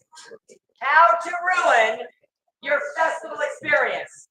Don't read your emails. I have MailChimp. I know who's reading and who isn't. Get drunk at an event. That's a great way to ruin an experience at the festival. They are all professional. These are all industry events. I know that you know that I know that you know that I know that you know we want this to be good for you and we want it to be good for us. We want everybody to represent themselves well. These are industry events. Don't get drunk. Because if you puke on my shoes, I will remember forever. I will never say your name aloud, but I will remember you. Don't say that your film is hard to describe. Your film is easy to describe. It's a film about this, that deals with that is that. And then have a follow-up. Ask me if there's a Q&A. Go ahead, somebody ruin your day. Ask me if there's a Q&A. There is a Q&A in every screening at the end of the block. Only 2 of you should come up. If you have a cast of 30, and a question comes up that somebody in that group should answer, we'll pass it to them. If we need to have your crew stand up to be acknowledged, we will, but only 2 people at the front of the stage. Ask an obnoxious question at somebody else's Q&A to demonstrate how smart you are. I may or may not have done that at my first festival that I attended, and it was horrible. Don't do it. When you are attending somebody else's Q&A, ask them a question that makes them look brilliant. Elevate the field. Oh, yeah, don't thank anybody in your Q&A also. That's a good one. Don't ever tell me that your film is a labor of love. They're all labors of love. They're all experimental. As my husband likes to say, you don't know really that you're getting it all. And you have to love it so much that you have to get through. Listen, do the industry a favor. Please don't write a cover letter that says my film is a labor of love. They're all labors of love, and everybody's saying it. So stand out and be honest about it. This fucking thing broke my back, and I love it, and I want you to see it. Okay? Don't leave when your film is over. There are 3 more films to go after you. You're in a block. The block is curated for a specific cinematic experience. Don't ask me what time your film is screening in the block. I won't tell you. And I'll tell you the theater has changed to a different venue, probably in Hoboken. You are there for the block. You're part of the community. Ask me a question about something I've already written in an email. I dare you. Seriously, this is an extraordinary experience for us as well. You really have no idea. And the reason that we start so early is so that you are with us shoulder to shoulder. Everything that you are suspecting about me is true. All right? So no surprises there. I want people to please schedule some time on a marketing session with me. Who has that clipboard? It has the time. Is that Iris? All right, so we need to get on that. All right. Have we sold enough now, Iris? Are you happy? Are we going with this? All right, I'll go forward a little bit. So let's talk about what's going on. On October 2nd is a podcast that I thought was open to the public, but it's not, but we're doing it. On the presser is October 15th. Where? Queensboro Hall. What date is it? October 15th. What time do you think you should be there if we start at 10? 9. What do you have to have? Poster, an easel, and if that's you, that's fine. We've seen very imaginative easels made out of things that represent the films. Get creative. Be able to answer questions about your films like that. Now, we are doing a big push for reporters and journalists, bloggers, all that kind. If you have people you want us to reach out to, let's get them there. If nobody is interviewing you and somebody is standing right next to you, go live with each other. Interview them, they'll interview you. All right? Now, what we're doing over here is a broadcast. It's going to play in its entirety tonight. It's streaming live. It's also going to be on our website, but we're also going to chop it up for your segments so that you can have things to do and to promote out there. Definitely. Yes, sir. And if we don't get to you today, I will interview you virtually before the festival. Okay. That's beautiful. October 18th, we are working with RiseFlex. RiseFlex, we're doing a showcase at the Zucker Theater. I'm going to get everything out there, but this is RiseFlex is a new streaming opportunity, and they're really looking for emerging first-time filmmakers, and the quality is pretty darn good. These guys are hungry. They talked me into doing something like this before the festival. I respect them. Yeah, I don't know how they did it, but we're going to be there on the 18th. I will have a QR code to get discount tickets for everybody here. Opening night. What night is opening night? Literally. What night is opening night? November 8th is the industry breakfast. We're going to gather at Saks. Breakfast is on us. We're going to have everybody at tables. We've got industry leaders coming. We've got the top 20 guy in the top 20 entertainment lawyer is going to be there. Someone from Lincoln Center. We've got a programmer from Doc NYC and Hoboken. We've got room for other people. If you know industry people that you want to call with something more than please like me, if you have somebody you want to do this, would be a great thing to invite them to, and we'll put our heads together and get them in the room. Then the awards at Saks Place is on November 16th on Sunday. So a word about Saks Place. It's the historical commissary that's in the Coffin Astoria Studios. Briefly, back when this new technology was invented, these cameras that weighed 120, 150 pounds, people that were doing Broadway lived in Queens.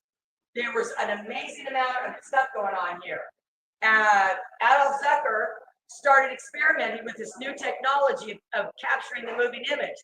W.C. Fields, the Marx Brothers, all these people were out there fiddling around, and then they would sit in the Zucker to watch the dailies, probably where the word was invented. And they didn't see them that day, I can guarantee you. They saw them many, many weeks later.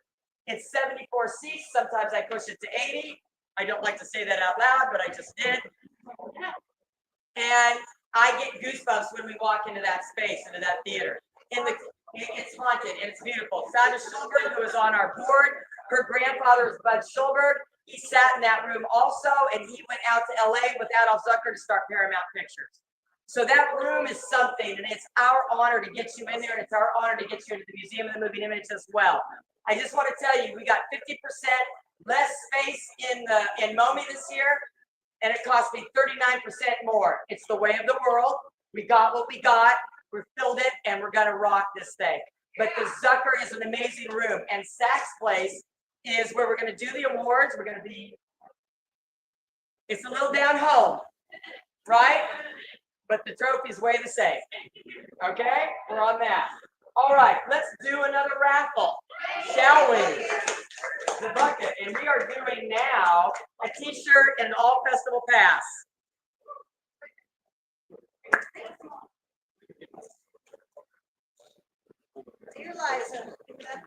Where is the bucket? Oh my goodness gracious! Yeah, you guys. Yeah, we're almost done. Seriously, we're almost done. There's still very few tickets in here, so if you guys still want to be adding for final big one, you might have a big. You know what we're gonna do? I'm gonna end with the gig speech, and then we're gonna do some tickets, and then we'll see what we got. Festival pass next? Festival pass and a T-shirt. Okay. Oh, this is great. This is amazing. Thank you guys. Amazing. Okay, so for the all festival pass and the T-shirt, here's what's going to happen. You're going to show these wonderful people over here at the table that you have your ticket and you won. They're going to print out a label for a badge, just like we all have, and that is an all festival pass. And then you can pick your size of T-shirt from there. Okay, that's the deal. All right, so the winner is 866682. Yeah! Yeah! Reggie Nuggets in the house! Yeah! Nicely done. Very good. Let's do Jack Jones. We didn't do Lockwood yet. You want to do Lockwood? Let's do Lockwood. Lockwood, We'll do gift Jack shop. Jones and Have you Sky guys Lockwood. ever been to a Lockwood? They are amazing. They're based in Queens and maybe even Brooklyn. Am I making that up? Here we go. Oh, yeah, Astoria. That's where we got this one from. This is a $50 gift card. Okay, so let me get to it. And the winner is 866725. 866725. Right there. Yeah. Come on, Darren. Probably the best boutique gift store in Queens. So it's absolutely amazing. Thank you. Enjoy it. Thank you. Okay. So we have a couple of people to thank, and then we're gonna wrap this up, and I'm gonna close it up, and then we're gonna get that bucket rotated a little bit more, and then we'll do the last two. Okay, so we need to thank Department of Youth and Community Development, NISCA, New York Tourism Foundation, Resorts World Gives, which has expanded our listening tour. The listening tour is something that we've been doing since 2021, and the QR code is here. We interview people about hope and resilience, and they are all put into composites, and there are over 200 interviews that we've done already, and there are 85 compilations. It's all archived at the Queen's Memory Project, so that the future generations can know how we held on to hope and resilience through the toughest times. It's something that is incredible, and if you're a festival associate, you're required to produce one. It's a way for us to get to know them. It's a way for them to come in and immediately be doing something rather than cleaning my mailing list or doing things like this. And they leave then with something that's quite beautiful that is archived for the world. So we really would love it if you would just take a sticker, put them someplace. We even did Mr. and Mrs. Met, and they are on the website. And if you look at the compilation right underneath them, I guarantee you that you will be moved. I guarantee you will be moved. So we need to thank Councilmember Christian, and that looks like it's it. So it is time to remind you that from the beginning of time, we have gathered in the darkened caves around the flickering lights to share our stories. We've upgraded the caves. The flickering lights are now zeros and ones, but the impulse to gather around the storytellers remains. And it is in that darkness, when you gasp in unison, when you laugh in unison, when you pretend that you are not crying in unison, it's that moment that you understand that they is we. Them is us, and I am just another you. Welcome to the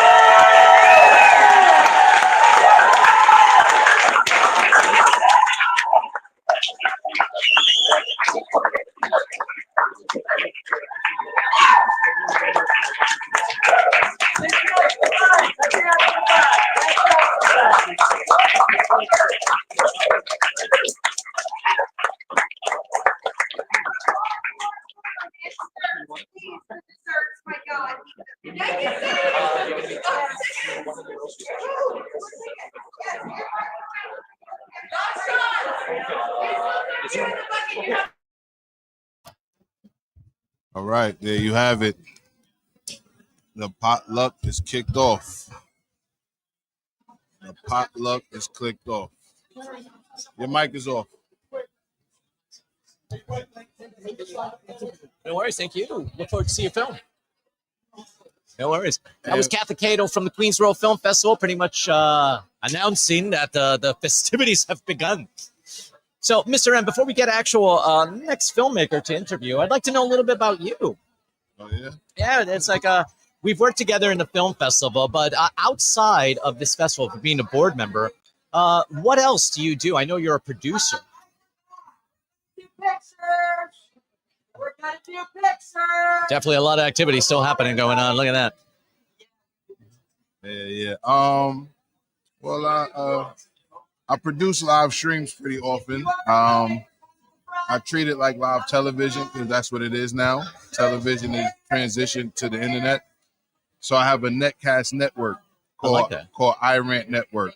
It stands for Internet Radio and Netcast Television Network. So that's my company, Internet Radio and Netcast Television Network, LLC. I love how, like, no matter how much technology always improves, production always stays the same. Oh yeah, you gotta put everything into it, you know. And people trying to cut corners with AI right now and stuff, but I don't think that's gonna work. No, I don't think so too. I'm not a big fan of AI. I'm not a big fan of it, but they have a lot of work to do. They got a lot of work cut out for themselves, and like the kind of concept of the film festival where the grit and the grind comes through in the actual films, that will still be the case even if somebody's using artificial intelligence. Yeah. Completely understand that. A little bit about me. As you can see, that Mr. M is a producer.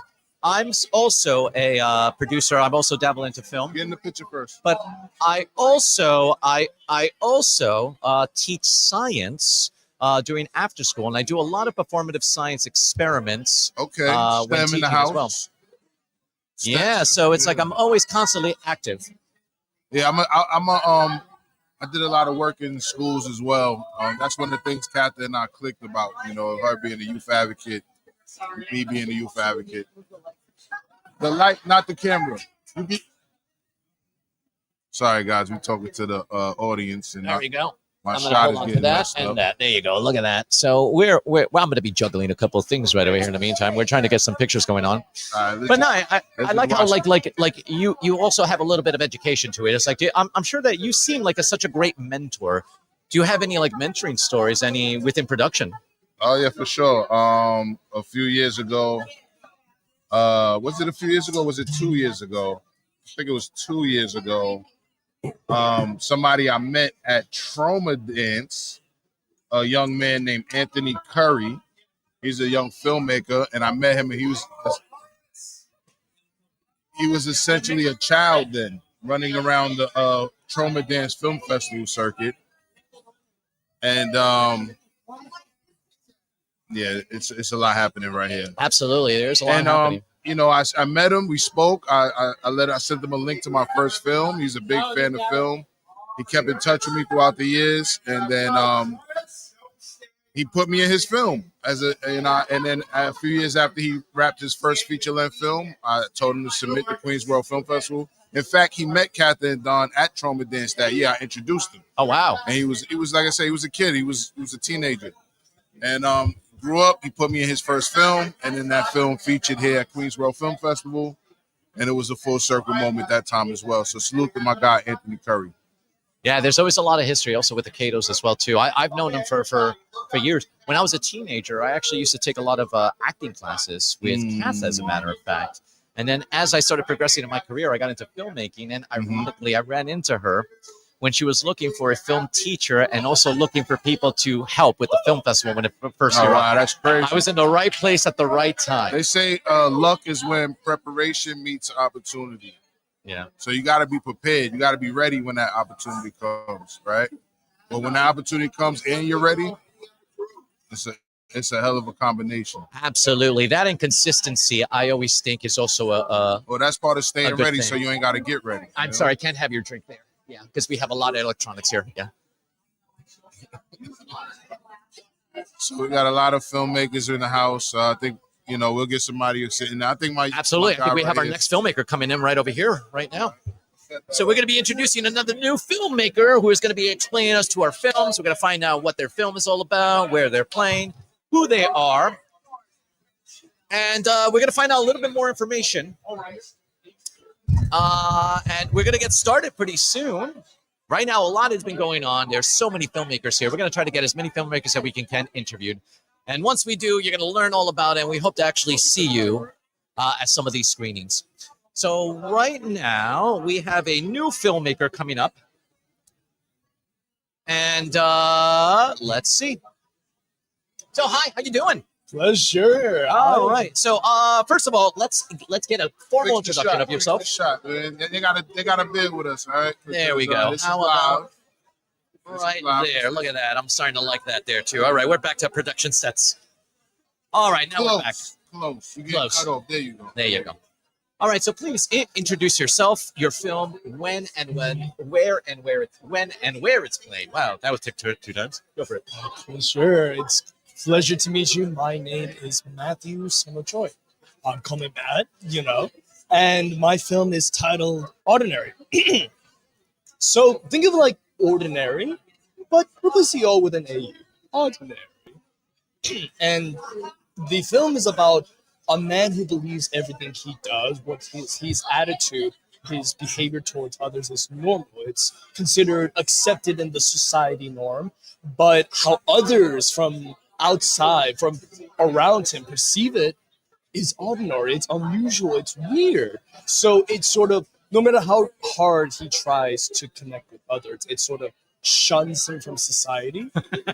And but he's fine with it. He's fine with that way of life. You know, he's living life with no worries. You know, the Kuna Matata. I gotta say, it's like I'm relating to this character in so many ways already. Oh, I'm so glad it does. Now, as you know, this year's our theme for our festival is all about connections, made, missed, or yearned for. Being that your film is all about, we want to learn about it more. How do you think your film connects to that theme? I believe it connects. I mean, it might reach out to a demographic who is maybe not socially. How do I say this?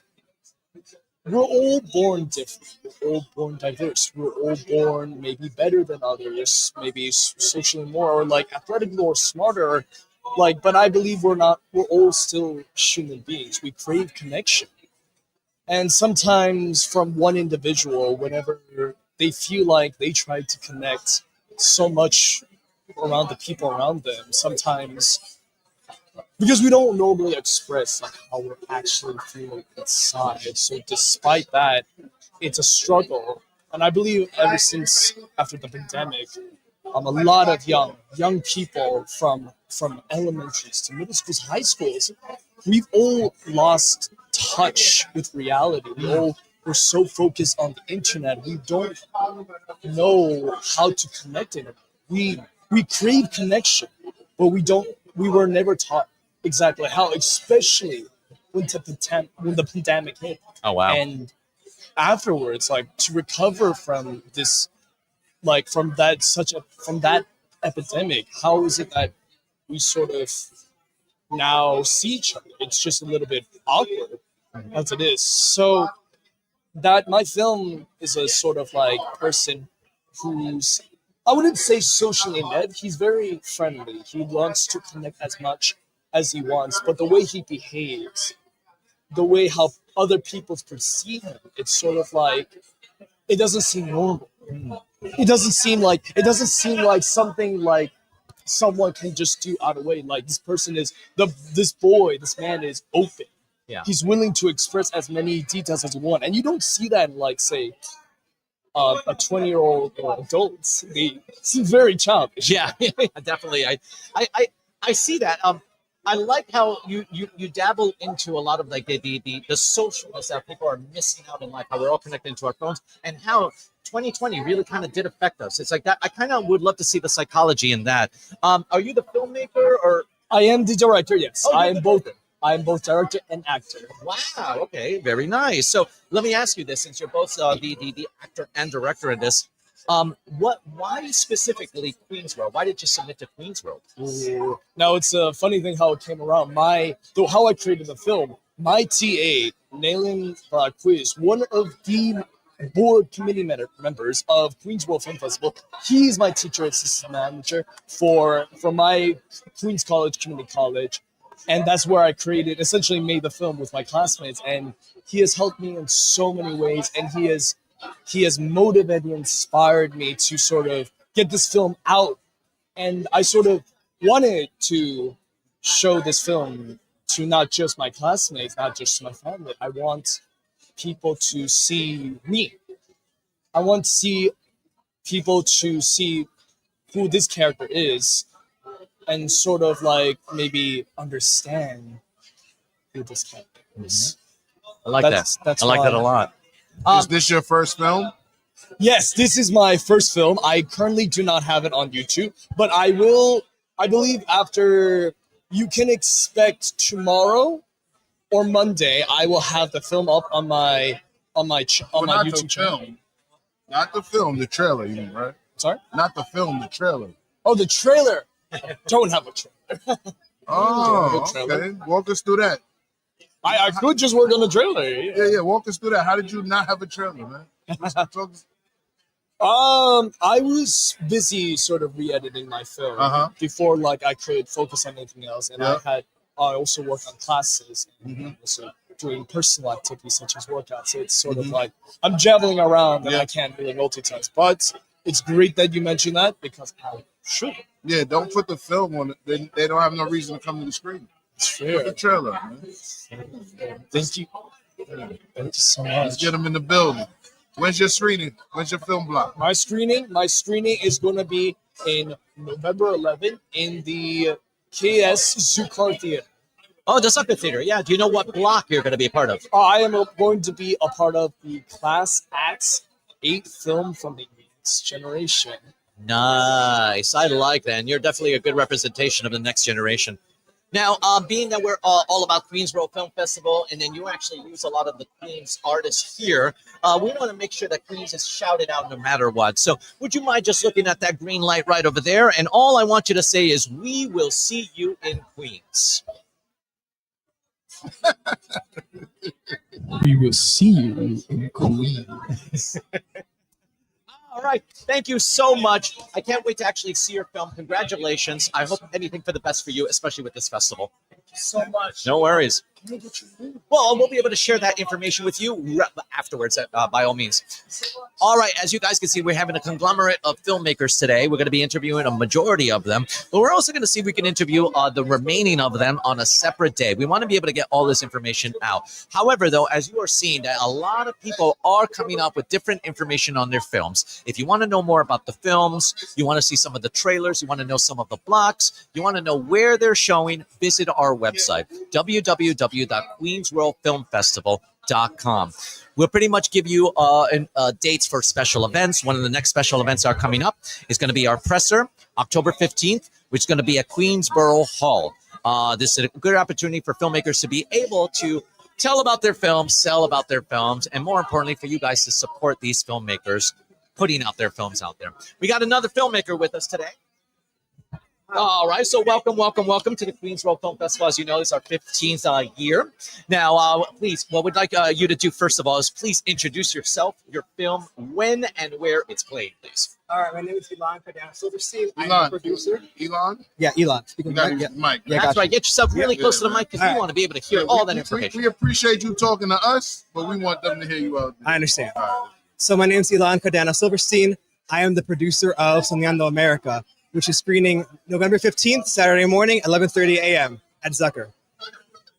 Nice. So you're the producer of this film. Yes. Nice. All right. So as you know, this year's festival, we're dealing with connections, whether the connections are made, missed, or yearned for. How do you think that your film fits in within this theme?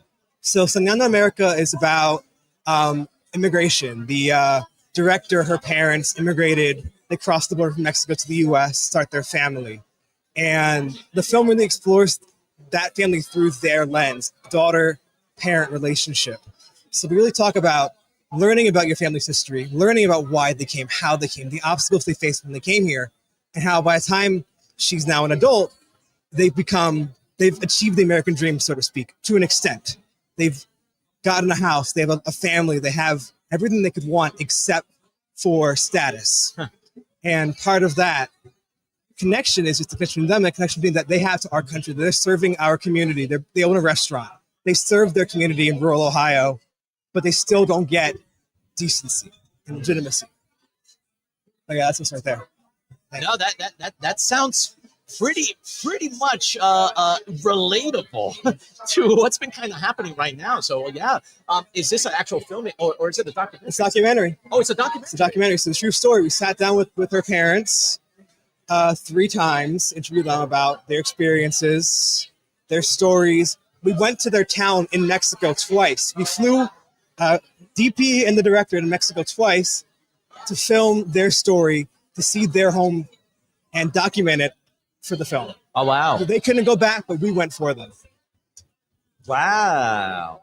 So this is pretty much shot in Mexico. And did you also shoot? Half in Mexico, half in the U.S. Wow. So pretty much almost international. Nice. Yes, it's an international film. That's Yeah. what's up. Congratulations. So are you Mexican yourself? Yes, we're both. My director's Mexican. I'm half Mexican. Mm-hmm. That's what's up, man. Well, I love the fact that like this is like 2 worlds, here as well as Mexico, and especially because it's like we are like this festival is about Queens world. So I like how you're uniting it. There's so much of an audience that'll probably be able to relate to the story just in Queens alone. Yeah, And we made it last year, and I mean, for better or worse, it's aged well. It scares me sometimes rewatching Excuse me, it. I feel like an old person when somebody says they're old and they just turned 30. You said the film aged well, but you finished it last year. It's just there's been so much in this topic, especially has changed in the last year. We made it That's thinking, true. There's a lot that changed, but the film, that's a young film, man. still has plenty of room to grow, I'm Yes, sure. Yes, absolutely. Scary to say. So why consider submitting to Queens World Film Festival? That's what I'm curious about. I'm returning, actually. I screened here during COVID. Oh, wow. I've known Don and Katha for a long time. I was their student once in public school in the city here. So I've known them for a long time, and I know this festival is different. This festival is special. What school? They taught me, they were at Henry Street Settlement at the time. We were at University Neighborhood Middle School, the Lower East Side of Manhattan. Okay. I was there. They told me they got me on this path to begin with. So Right. I was wonderful being back. So you were one of the students when Katha was working with Henry Street Settlement? Yep.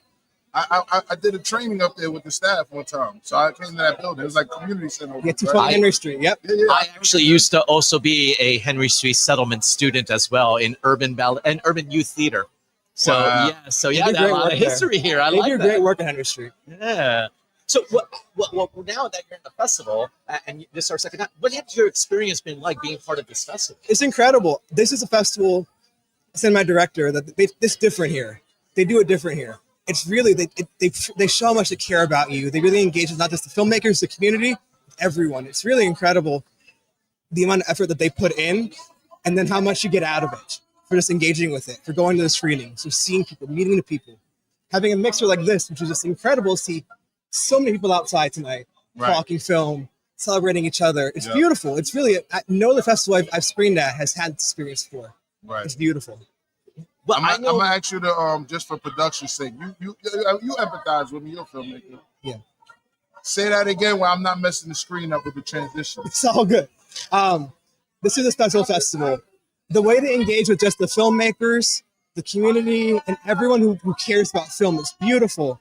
You know, coming back now outside of COVID, I really feel so engaged with what's happening, and seeing everyone out here tonight at a mixer, communicating, talking about the projects, learning new things, eating good food. It's unlike anything I've ever experienced at a festival.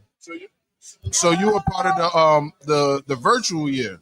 Yeah. Wow. How did you feel about being part of a virtual film festival that year? What was the experience as with it being virtual? It was crazy. I don't remember it that well, to be honest with you. That whole year is just like it's a blur. I to tell me. everybody that the whole pandemic was a blur. Yeah, that's If same here as you a ask brain me, like, fog. where were you May 2020? I don't know. Exactly. I don't know. Good question. I wish I knew. Yeah, exactly.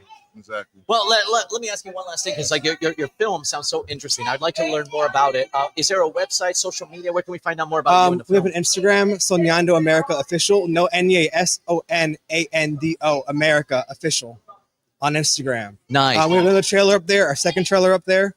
And we have some posts from other festivals, some crew photos, so you can learn some of the crew. Our crew is incredible. Please look at their bios. Shout them out. We will. There you go. All right. So now that because we're part of the Queens Road Film Festival, and it's like majority of the audience members are from Queens, we want to give Queens a great shout out. Do you mind looking at that green light real quick? And can you just say, "We will see you in Queens"? We will see you in Queens. Awesome.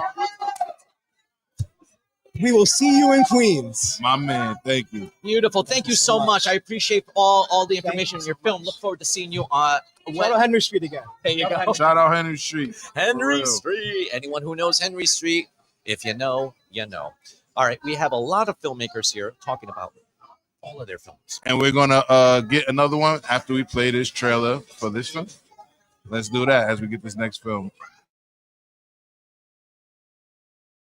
Yo quiero que la gente sepa que venimos aquí por un propósito, por un sueño, por una familia. La niñez de uno fue simplemente trabajar. Teníamos que trabajar duro todo el tiempo. Cruzar la frontera fue un poco de a qué nos hemos enfrentado. Yo quiero que la gente sepa que venimos aquí por un propósito, por un sueño, por una familia. La niñez de uno fue simplemente trabajar. Teníamos que trabajar duro todo el tiempo de la cosecha. Cruzar la frontera fue un poco de nervios. No sabíamos a qué nos íbamos a enfrentar, cómo íbamos a cruzar. Yo nunca llegué a pensar en si me iba a venir o no. Yo pienso que batallé un poco con las dos niñas. Ellas dos fueron las que sufrieron más. Fueron unos años difíciles. nosotros como pareja, para ellas dos como niñas. Ellas tenían que estar con nosotros en el restaurante desde que se abría. Pues mis hijos vayan a México, muchos nervios, mucho miedo. Y ellas están en otro país donde sabe uno que uno no puede ir. Siempre para lograr algo en la vida vas a perder algo. Tener la oportunidad de al menos haber ido cuando mi papá enfermó. Poder decirle a mis papás cuánto los quiero, los extraño. Y lo que más extraño, pues sí, son mis padres. Yo qué más daría por tener tenido la oportunidad de haber ido. Ellos estaban malos. Los inmigrantes no son personas malas. Todos venimos con un sueño.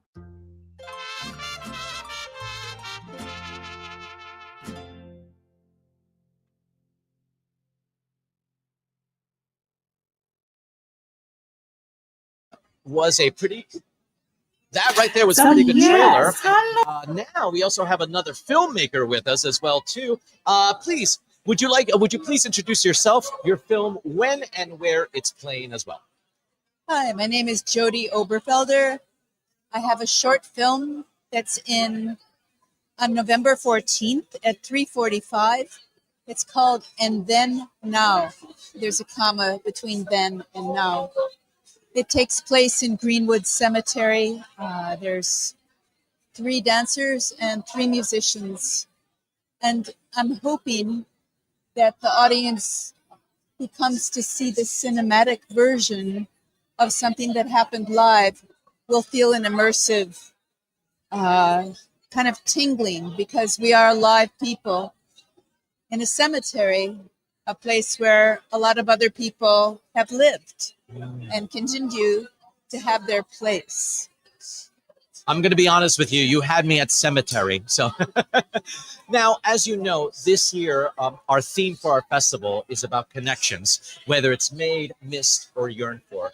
And we know that each one of these films were chosen for a specific reason. How does your film fit to the theme? What's the best way to describe it? I think we're in a place right now where we have to treasure living and living in the moment, and knowing that we have this brief parentheses around our lives. This goes beyond politics. It's like, what do we do in this parentheses? I'm hoping that imagining new futures has to do with reflecting on your future, that you're going to be dead sometime, and you might as well cherish and sensorially take in everyone and everything in relationship. It's funny you say that, because speaking of like politics not really controlling our life, you know, I was just thinking this recently. It's less about what people say they believe and what they do, right?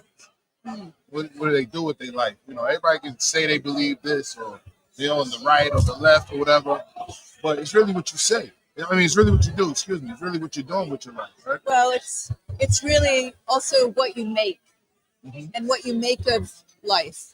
I think all artists have a desire to reflect back to the people who are participating in viewing or going to theater or listening, a way to connect with your community. I mean, I use dancers because it's beyond words. I would say this is non-narrative, my film, but I think it has a pace that's slower than this world we live in right now. So it's somewhat reflective. Cemeteries in general, I mean, Greenwood Cemetery in Brooklyn is one of the most beautiful places on earth. And we're not being disrespectful by having something very much alive there. Yeah. So the film captures this kind of effervescence of being in a body. Oh, look at that. Wonderful. Yeah, I like how you're able to find the beauty and life within a cemetery. Yeah. That's very poetic. I like that. I love the monument idea, that we as human beings are also living monuments. We are born in a certain time. We get, you know, we get what's given to us with our genes, where we're born. We have a chance to develop and become full human beings. Where was this shot? Where? Yeah, where was this shot? Well, Greenwood Cemetery. Well, you're looking at rehearsal footage right now of Michael. You can see this shot is of I had people walk through Greenwood, and this is Pierpont Monument. That was a cold winter day. We were just trying out some things. I love the openings in that space. This is a beautiful experience of going under a tree. That's so That beautiful. hasn't archived history. There was actually a murder right there, but that's not in my film. So Yeah. why Queens Row Film Festival? Well, what about this film festival that this story needs to be told for our audience here in Queens? Well, Queens is part of New York City, and Greenwood Cemetery has a hallowed history of the Gilded Age up till now. Yeah, you can see that tree. It's like things are etched. You're looking at a performance trailer. This is not a trailer for the film, but those are all the people who are in it. Good for you. Congratulations. Thank you. I think Queens is a borough that I think of as like a haven for people feeling welcome. And I think life welcomes us, and therefore, and then now. I love your T-shirt that tells us Thank you. to make art and not Not be unalive each destructive. other. Yeah.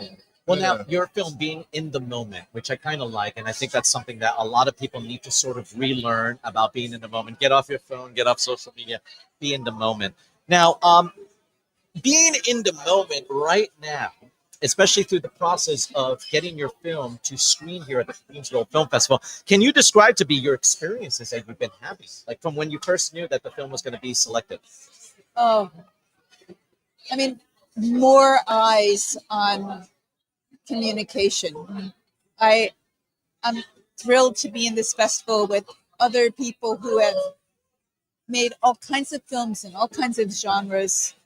Dance is a particular ephemeral form. So for me, having something that is movement driven, appeal to the heart in a landscape that is very much about what happens when your heart stops beating.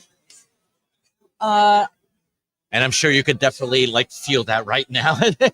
Yeah, no, I'm not nervous for some strange reason. I Well, good for you. I'm around colleagues and other working artists who have a chance also to be with others and share your form that you've made. I do live stuff. So for me, concurrently, I've always made art that is lasting via film. Dance film is kind of a niche. There's not a huge audience for it, so I'm really glad to be grouped in this festival with other kinds of films. That it's not just a dance film festival. It's really a film that has to do with just the people I've talked to today. A piece about neurodivergence. Yeah, very cool Is people. this your first film? No, this is about my 15th film. The 15th film. Oh, wow. And this is the 15th Queens World Film Festival. Have you ever participated in Queens World Film Festival before this year? Yeah, a film I made in 2007 called, is that right? Yeah, I think so. Come Sit Stay. It actually had 3 words, come sit stay, and I worked with a cinematographer who was trying to pull out of me a narrative. Like, what are you thinking about? Why are you making this film? And at that point I was really mad at one of my dancers for breaking up with someone. And she kept pulling and pulling and pulling narrative ideas out of that. I said, yeah, he treated her like a dog. So the piece has a kind of violent beginning and this person's dog is featured in the film. So it's about how you treat people. And she basically just says, stay, and leaves him behind. Yeah. So, what was your experience at Queens World Film Festival in the past? Unfortunately, I was on tour with a live piece and did not get to attend any of these amazing events. And if this is an example of the community building that you're doing here, Yeah. I'm all in. It's pretty great. We're happy to have you. We're happy to have you. Yeah, I'm really happy to have a badge. Oh yeah, show it off. Show You're it an off. official filmmaker now. You know, I saved these. I don't know. I do too. Same here. I have, yeah. I have I all, just- everyone I've had. Yeah. I just I have think over 15 now. it's pretty great to see your name and a place and a date. I'm really glad you put the year, because sometimes you're archiving your stuff and you're like, but what year was it? You kind of know, but yeah. Well, where else can we find out about your film? Is there a social media that you'd like to share where we can find out more about you or your film? Yeah, my social media is at Jody Ober, Ober, JODYOBER. I have a website, Jody Oberfelder Projects. And your social media is on Instagram? It's Instagram. And Facebook is Jody Oberfelder Projects. Amazing. Unfortunately, my Jody Oberfelder Projects Instagram got hacked in May, and I have no access to it. So Yeah. We've all been there. Anybody Not me. I who's ain't going to look at my Instagram will see a blend of who I am as a person with who I am professionally. Well, there you And go. You know what? It's one of the same. At this point, you're Yeah. being in the moment, just like your film. So now, being that we're also Queens World Film Festival, and our audience are going to be all about Queens, we want to make sure to give Queens a shout out.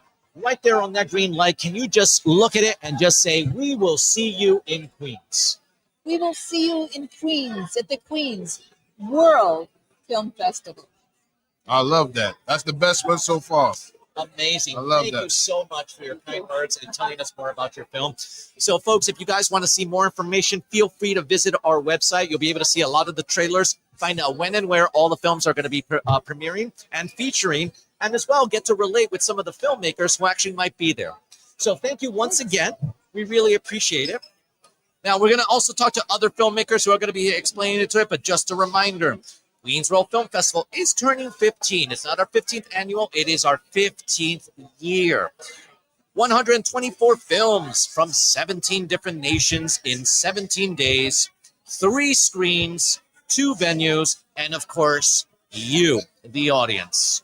The theme and connections. Once again, the theme is Connections Made, Miss, and Yearn For. Our festival will be premiering from November 5th through the 15th at the Museum of Moving Image and at the Kaufman Astoria Studios. 31 different blocks of interesting, challenging, exciting films from around the world and around the corner. So feel free to go to the website, look at the different blocks. We have several blocks, all with different themes. Find your favorite theme. You'll probably find a lot of films that not only can you connect with, but you can also relate with. So we are back with a new filmmaker. So hello. So before we get started, I would love for you to please introduce yourself to our audience. Tell us about your film, when and where it's also playing. Okay. And make sure the mic is at you at all times. Yeah. Okay. All right. I'm Quinn Tomshow. My film is Are the Stars Alive? And it's playing in the first block on opening night. I don't think it has a specific title except for the Connections Made, Missed, and it is Connections Made, Missed, and Yearn For. Well, yeah, Okay. that's all the of it, theme. though, Yes, right? that's Yeah. the theme. Okay. We're going to be getting to that too. So I'm kind of glad that you brought that up. But I believe your block is, it's opening night. So yeah, you're part of the actual theme itself. So nice, congratulations. Thank you. So you're one of the very few lucky ones to get your film screen opening night. And it must be such a trip to know that your movie is actually going to be premiering inside the Museum of Moving Image. Yeah, How does that no. make you feel? It was like when I found that out, I was incredibly excited because I remember going to MoMI many times, and then I also remember going and seeing a screening there. It was actually of like the very, very old Dracula, and I remember watching it, and I was with my friends. Yeah, and I was like watching with my friends, and I was like, oh, I hope that I like make a movie one day that gets to screen in a place like this. So it's pretty amazing, actually. I'm Talk really- about manifesting. Yeah. Yeah. No, it means a lot. I'm just happy people get to see it, and I'm really thrilled that it's on such a beautiful screen and in a museum that I really love. Well, congratulations. That's an honor right there. Now, obviously we did you're pretty much, your block is the theme of the show, of the whole festival itself, connections, missed, made, and yearned for. Now, how does your film relate to that specifically, that you are pretty much the actual theme of itself? That's a great question. Well, I can go a little bit about what it's about and maybe how it's connected. So the film was inspired by this female astronomer, Maria Mitchell, who is from the 1830s. Most people don't really know who she is. She was actually the first astronomer in the United States to discover a comet. But again, I think like women in history, especially in astronomy at that time, like not really well known, not really like paid attention to. And the film is about, I mean, her sort of discovering things about herself in the sort of like greater world, asking a question and seeing it outside, making that connection to herself, to the universe. But then also the technique of the film, I made it by, it's actually shot on 35 millimeter, and I hand colored each frame individually. So wow. The reason for that is because in film history, when color film didn't exist and Méliès was making these movies, the people who were hand coloring them were hundreds of women who were not known. So there's that, I mean, maybe missed and yearned for. It's like women who are unseen and who like need to be, you know, the world needs them to It's tell almost stories. like a yearning for that connection. Yeah. Well, good on you. It sounds like a very ambitious film. I'm very curious to see, especially with the coloring of the black and white. It reminds me of the old school black and white films, like you mentioned too. But it's like you're really representing in so much ways women, not unnoticed and forgotten women. So good on you. Good on you on that. Yeah, I know. Quickly, the editor too of our film, who's actually the star of the film, she's like the main person, but she actually edited it on a Moviola as well. So she like, I know she's an amazing person, and she learned just for this movie to do that. But again, it's like it was really, really special. I can imagine too. There's so much hard work and a lot of passion and a lot of like detailed history behind it. Just on the production alone, I'm curious to see this film now, because just the behind the scenes. Well, yeah, no, even the behind the scenes is so inspiring. So good on you. Good on you. Now, being that this is a very ambitious film, what made you want to submit to Queen's World specifically? So it's actually a funny story. I connected with a group of people who do live scoring to Méliès films, and I sent them my movie. And they're the ones who sent it into Catholic. And from there, it all sort of connected. But I think, like, in getting in, what I've noticed is this festival is about community in a lot of ways. And I mean, that's what making a movie is. It's like this shared experience with the people that you're bringing into the project. And what they're giving to you and to each other. It's like all of you making this one thing together, and that's what community is as well. And it's something that's really needed. And I love getting to be a part of a festival that uplifts that and cares about. I mean, it was really amazing seeing her speak to everyone this evening, and just how much everybody cares about each other and about making movies and about saying important things and standing up for what we believe in. And so you're right at home with this festival. I kind of like that. I'm really thrilled. Yeah. Now, is this your first time submitting to the Queen's World Film Festival? Yeah. Now that you've submitted, what has the experience been like? You know, is this your first film ever in a film festival as well? I mean, I think officially, yeah. I mean, I've been in, like, I grew up, I was born in New York, but I grew up in Vermont mostly. And there's a film festival there that I was very much a part of, and I would curate sort of like expanded cinema things. But yeah, this is sort of my first experience being at a film festival with my film in it. And I think you guys are keeping the bar very high for the standards of the way that it should be, because I don't think this is how it always goes. It's really wonderful. It's a really wonderful experience. Well, one of the things that I know about Queen's World Film Festival, we're always about the filmmaker.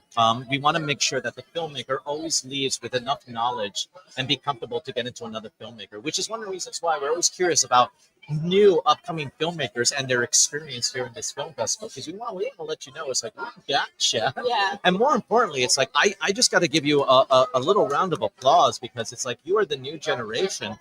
in a generation that we're living where technology is so accessible, where everyone has a smartphone and all of that, you really went old school, shooting 35 millimeter, editing on a video. That's probably a whole new education that you guys probably had to go through just to be able to make this film. So kudos to you. And this sounds like a very good passion project. So this is definitely on my radar. So kudos to you. One of the things that I also want to know, because you guys are so talented, if anyone else wants to learn more about you or your film, where can they go? What social media? Do you have a website? I do have a website. It's just my name, quintomshow.com. I also have Instagram, also my name, Quinn Tom Show. I actually haven't posted anything about the film actually, no, have I? I might have posted about it on my website, but I'm trying to update more, and I have a newsletter too that people can subscribe to. Nice. Okay. Yeah. Good to know. Good to know. All right. Now, being that we're also part of the Queens World Film Festival, you submitted to Queens. Obviously, Queens is going to be the target audience. We want to give Queens a shout out. Yeah. Right there, that little green light. Can you just say in your best salesman voice, "We will see you in Queens"? We will see you in Queens. Amazing. Thank you so much for this interview. Congratulations once again. I can't wait to see your film. So once again, everyone, this is our filmmaker right over there. Our dates are from November 5th through the 15th. We're going to be at MoMI. We're also going to be at the Cop in Astoria Studios, but her particular film is going to be opening night at MoMI. So once again, thank you so much. Thank you. All right, we're going to try to get another filmmaker to talk to us really quick, but just a reminder, let's give a thank you to our venue partner.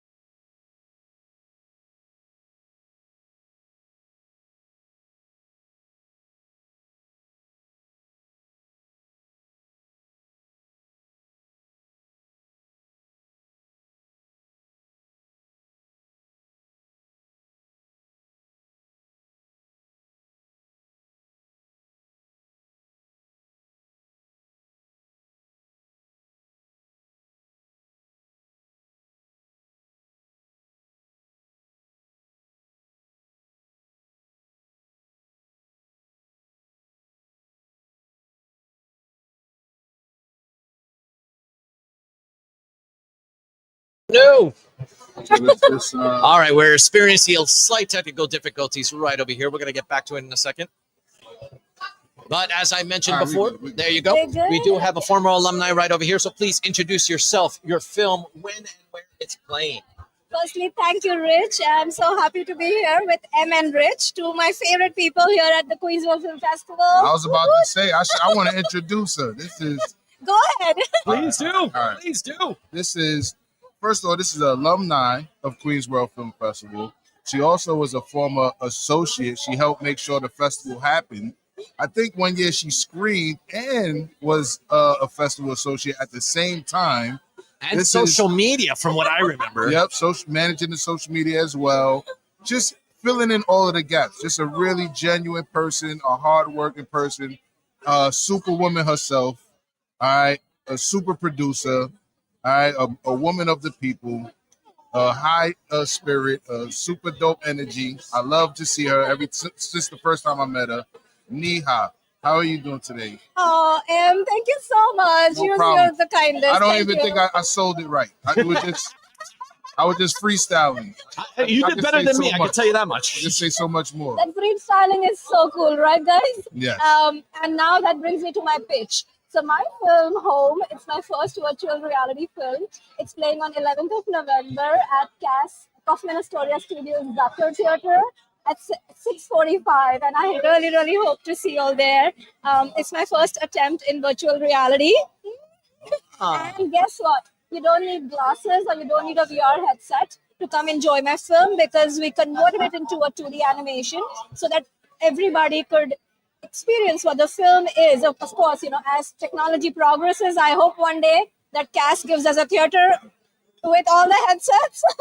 So so I can take you all into the metaverse. But yeah, that's my film. It's called Home. It's playing in a block called Mixed Bag. It has 7 films, a little bit of everything.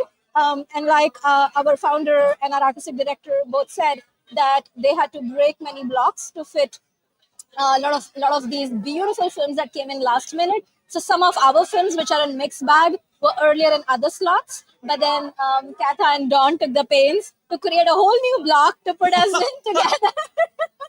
Look at that. Aren't you so special? I love that. What day is it? What day is this block again? It's on 11th of November, and it's at 6:45 at Kaufman Astoria, Zucker. Yes, that's the one.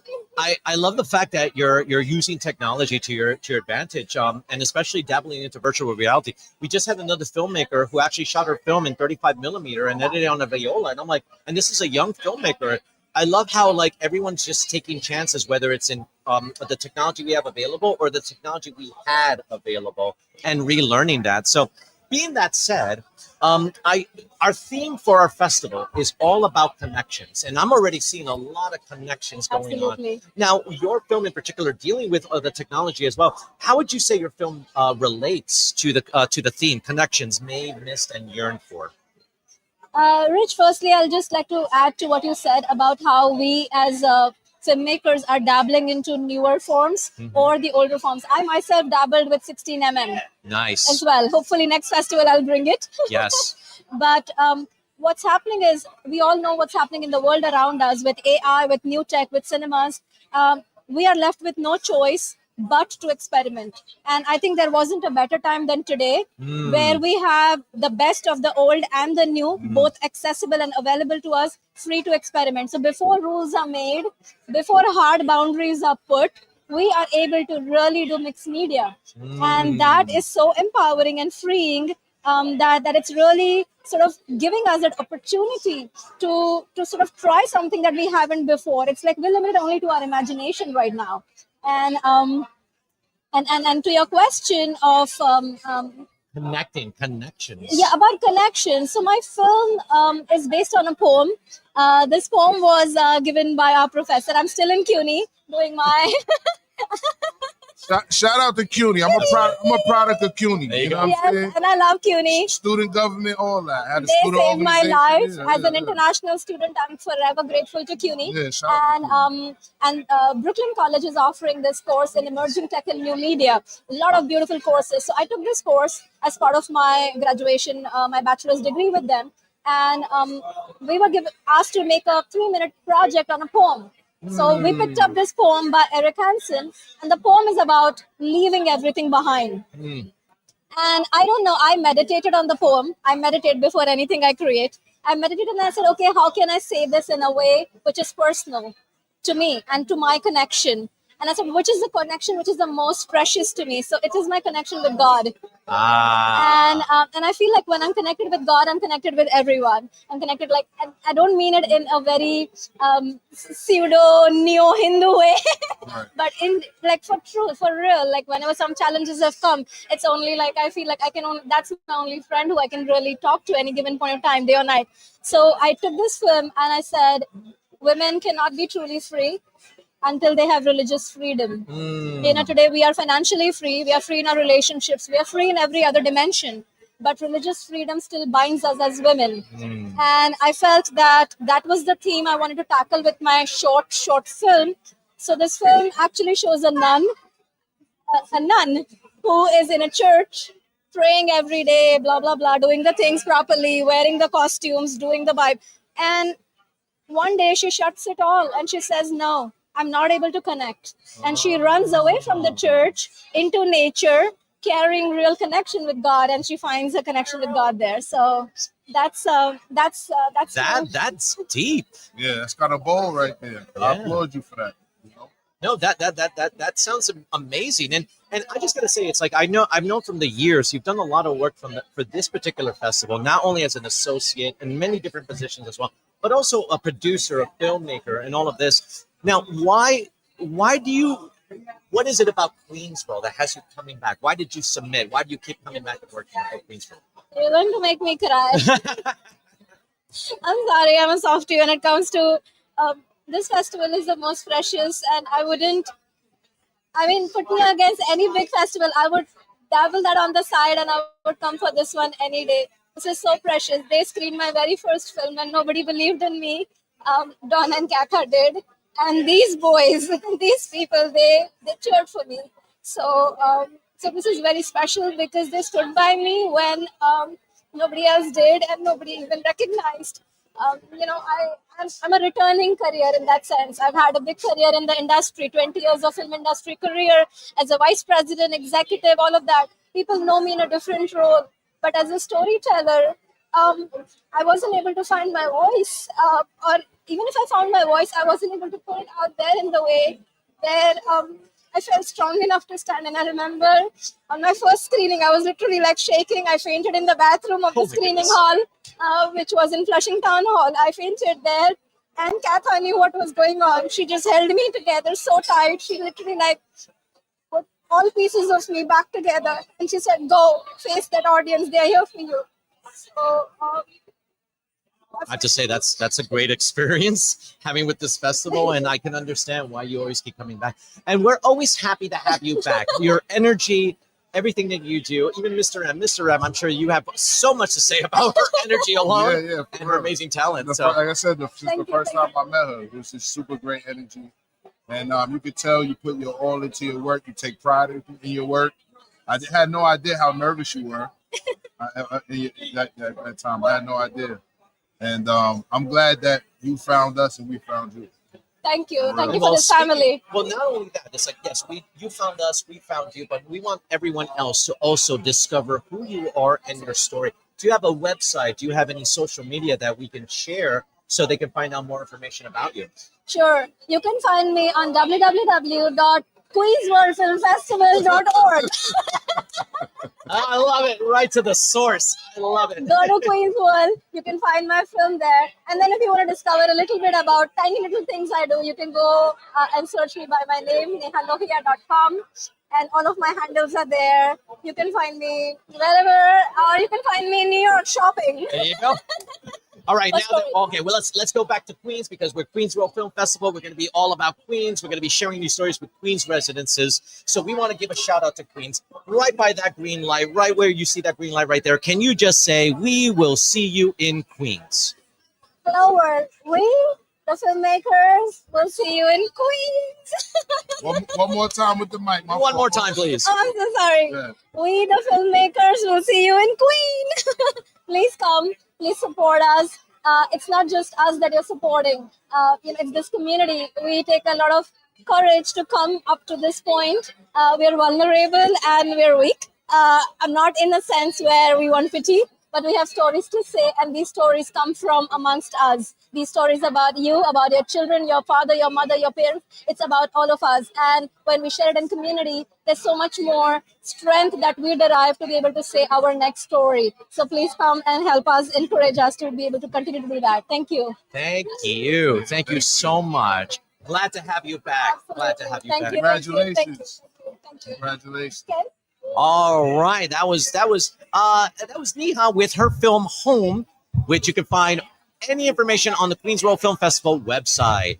So, as we get our new filmmaker to interview, Queens World would like to remind you that Queens World enjoys the support of businesses, foundations, and elected officials from numerous sectors because the festival provides an incredible marketing opportunity for those who wish to reach filmmakers and film lovers. Now, Queens World also supports Black-owned businesses. And while these businesses are not direct festival partners, we urge you to use the link found in our Queens World Film Festival website under the sponsor page to find businesses that you wish to support titled Support Black-Owned Businesses, 181 places to start online. So feel free to visit our website. If you do go to our sponsors page, you'll be able to find that link. It'll give you over 181 different places to start online. If you do want to support local businesses, local Black businesses, any other businesses in the community, feel free to do. Now, we do have our next filmmaker as well here.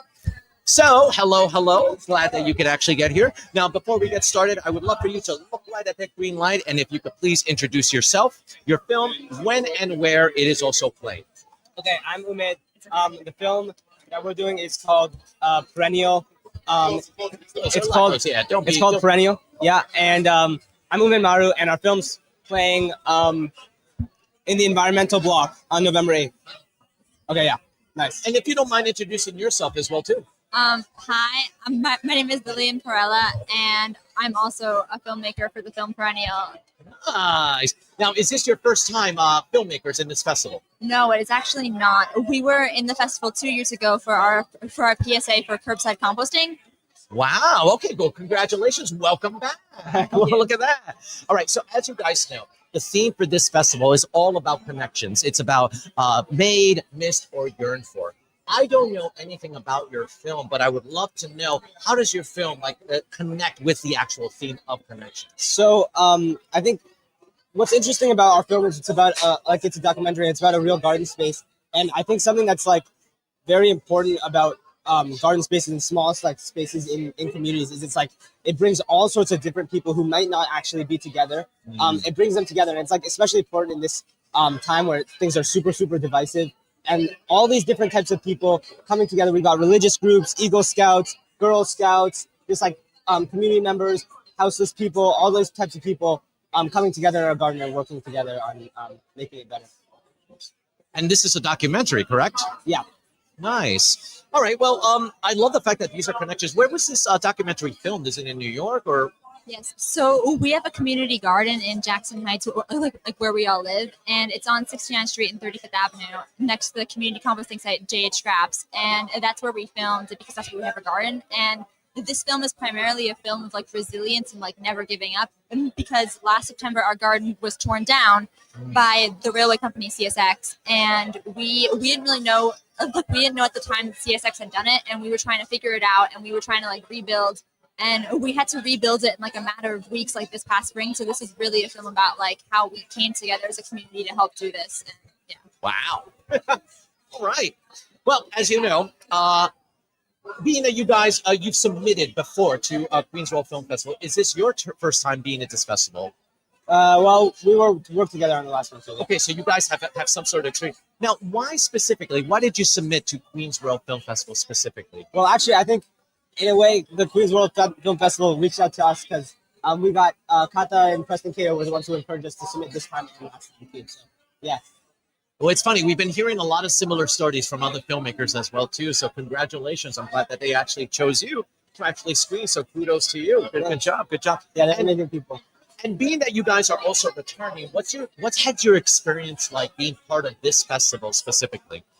Being part of this festival specifically has been such an amazing experience for our group because like Kata and Preston are such wonderful people, and they helped us on this film too. Like they helped us with our garden as well, like replanting it because Preston's a landscape designer, so he was helping us like do like sun studies and looking at how to like revamp our garden after it got torn down. So they've helped us like so much throughout the years, and we love being part of this festival. They're such amazing people, and we love them. Well, good on that. I'm glad that they're all constantly helping you and still guiding you and mentoring you. So yes, very good. And also now, where can we find out more information about your film or about you guys? Any social medias you'd like to share? Yes. Sure. We have we have an Instagram account at We the Veggie Nuggets on Instagram. We're the Veggie Nuggets. We're a youth comment group based in Jackson Heights, Queens. Yeah. Yeah. And being that this film is part of the Queens World Film Festival and majority of the audience is going to be Queens people, we want to make sure that we give Queens a shout out. Would you two mind just right on that green light? Can you just say in your best salesman pitch voice, "We will see you in Queens"? We will see you in Queens. Let's try that one more time. We will see you in Queens. Beautiful. Thank you guys so much. I wish you all the luck. Congratulations on being part of the festival. Thank you so much. Please feel free to enjoy and network continue. Please. Yes, we will. Have yourself a good ones, guys. Thank you. No worries. All right. My name is Mr. Rich. You'll be able to find me as I'm one of the board members here at the festival. So once again, we want to make sure that we thank our venue partners and all of our sponsors. Starting from Museum of Moving Image to Kaufman Astoria Studios. Once again, we're going to be having the Filmmakers Breakfast, and that's going to be happening on November 8th, and that is sponsored by City National Bank. All right, we have a couple more that we want to be able to thank as well too from our media sponsors, which is going to be QNS, as well as the Queens Chronicle. We're also going to be doing It's in Queens, and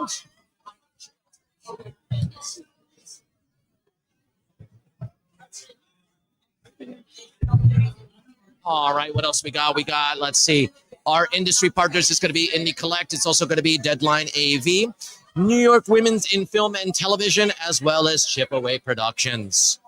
Our hospitality partner is going to be Sax Place. Sax Place has been our constantly going on, has been one of our sponsors that are constantly been happening. We also have some community sponsors as well. Our community partners are going to be Astoria Bookshop, the New York City Department of Youth and Community Development, Jackson Heights Beautification Group since 1988, New York City Football Club, Lockwood, 34th Avenue Open Streets in Jackson Heights, Jack Jones, the Irish Gastropub, Toodles and French, Shikar Krishna City Council, Partnership for After School Education, and Queen's Memory. All right, so we have another filmmaker here with us today. Great. So glad that you can join us. Now, before we get started, that little green line right over there, what I'd love for you to do is to please introduce yourself, your film, when and where it's playing. My name is Samantha Light. My film is The Situation, and it is playing at the Hoffman Astoria. Well, look at that. Well, I think it's Friday the 14th. you think? All right. Well, we're going to be finding out pretty soon, I'm so an no worries about that. artist. So that's okay. You can find out more information about it in our website as well. Now, as you know, with Queens World Film Festival, we always have different themes. This year's themes is all about connections. Made, missed, yearned for. How does your film fit within that theme? Question. Very interesting question. My film, The Situation, is essentially all about connections. It's a story about two detectives having a conversation with a young man about a mass shooting. Really? And it kind of boils down to a really in-depth conversation about personal responsibility and how we view each other in the world and what our part is, in the bigger picture of things. So my film is really, it's about a tragic event, but it's also primarily about connection, about what we're missing as human beings and how we miss each other in passing and how these things explode into moments that are, unnecessary and more an emotional expression of something that's not said rather than something that needs to be said. So my film is a lot about connection. The connective tissue between where we are and what we want. I'm kind of loving the fact that this is the theme for this year's festivals because a lot of people have just the connections, the different descriptions in their films about connections has just been a little bit awe-inspiring. So I'm and especially nowadays because we're so divided, I think it's like this is a great theme to start bringing people back.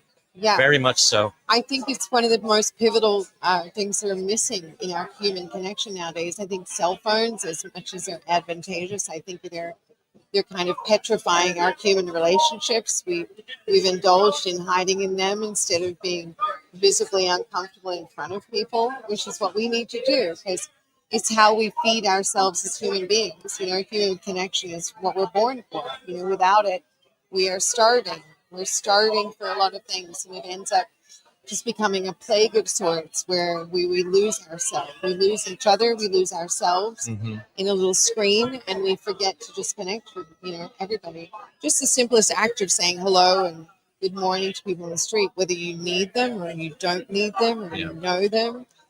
Just that human connection has been lost over, since I was a kid, the invention of that. So I think it's part of the biggest cyclical problem with humanity right now is that we're missing that connective tissue between each other as human beings. Yeah. Wow. I like that this is also very inspiring as well too. It's like it's making me feel like it's like are we healing? Yeah.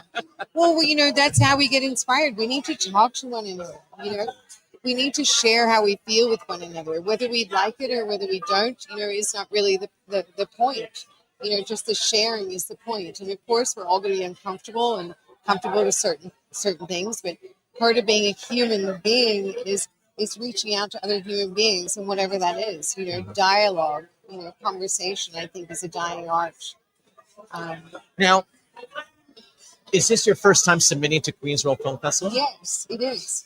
Why did you want to submit to this particular festival? Well, in researching festivals, firstly, I really wanted to research festivals that were in New York and that I could attend because I wanted to participate, in an actual human way. But I also researched the festival, and I realized that they're not only influential in the industry, but they're also really brave with the content that they choose. Like they don't choose general content. They're not really generic kind of a festival. And I did a lot of research before I submitted to any festivals. And this festival had a really great reputation as far as industry standards and also just independent artists, where they were brave enough to pick up subject matter or things that weren't necessarily appropriate or politically correct. And they were brave to kind of put stories out there that weren't necessarily, that kind of made people uncomfortable. Oh yeah, I know in the past there were like several films sometimes that were banned in their own country. Yeah. Yes, and they would have to find ways to sneak the film out of their country just for this festival. So I completely agree. Yeah. One year, the woman who made a film, I forget which country she was from, but I believe it was in Arab country, but she was in jail. Yeah. Amazing. Because of her film, I believe, right? And then they played her film here while she was in prison. It's amazing. For telling the truth. Yeah, exactly. Well, and I think just as a culture, we're so protective over this idea of being a community rather than actually participating in what needs to be said, what needs to be protected to become a community. I think we're so much more prone to kind of placating ideas and this idea of inclusion and this idea of being all inclusive when we lose the actual meaning of that, which is just being inclusive with ideas, period. Right. Whether or not we agree with one another is really not the end result. If we destroyed all philosophers and all artists prior to this day, we would have no philosophies that we could actually identify with in the first place or fight for. Right. So the idea of dialogue and community, I think has really been lost, especially with the digital age, as much as it's given us, advantages and it's been great for creative artists or anyone just for information. I think it's really paralyzed us as human beings and having the vulnerability to just be in a space with other people and just be a person in the moment. And maybe I don't say the right thing, maybe, this kind of curating ourselves to become this perfect idea of a human being is killing us. It's really killing us. Yeah. Yeah. Well, I love the fact that it's all about community and all about connections that deals with your film. Yeah. And even more the research you did to get into this festival. Yeah. Now, my question is this: with that said, how has your experience been at this festival? Is it everything that you kind of like expected, or have you been pleasantly surprised, disappointed? Well, I try not to, as old as I am, I try not to come into life with many expectations with things and try to just kind of invite what's happening. But the experience as a whole has been really engaging. The contributors and the people that are participating in just the organization of this have been so forward with communication and supportive. And just the excitement and the passion that they have is so inspiring. Again, it goes back to people we've lost our passion just for living and just for being in a space with other people. It's Preach. So cool. Preach. It's so cool to just be in a room with a bunch of artists and a bunch of creative lunatics, and just chat with them and make eye contact, and be like, what's up? Rather than being stuck in our little phone. It's really, really a gift to walk into a room and have such a massive, energetic, group of people that are dedicated to creating art and conversation, just being in a room together. It's really inspiring. Yeah.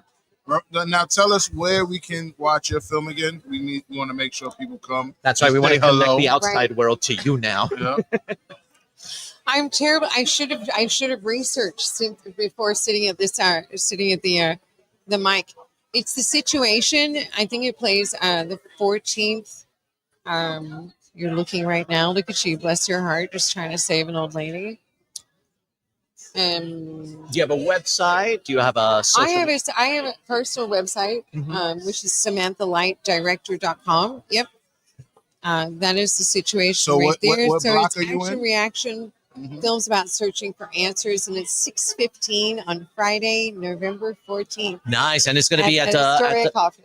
at the Zucker Theater. Yeah, nice. Which is so cool. Oh my God! Right? I mean, what a gift. That is history. The big screen, baby.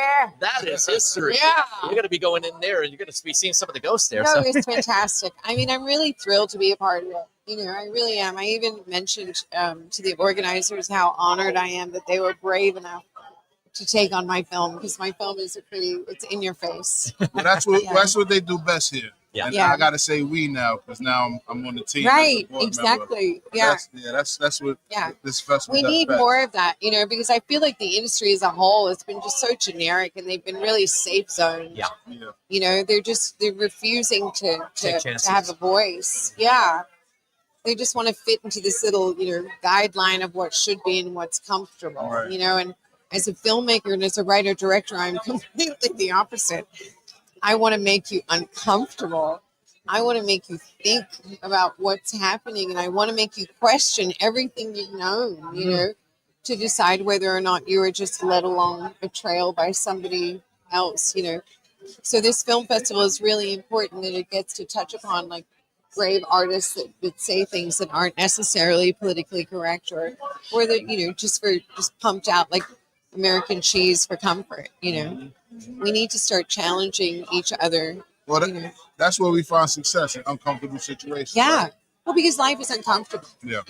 And that's what makes it incredible is succeeding yourself, beating yourself in the idea of being an emotional creature and having to live in this wild world. Talk about it. Yeah. I mean, it's interesting because I finished this film a while ago, and I was like, I don't know if I'm going to miss my pocket, with the information being pertinent, but I mean, it's ever present, the hate and the violence and the this and the that and the back and the forth and the us and the them and the this and that. Yeah. We really need to branch out with each other more, especially as artists, because we're brave.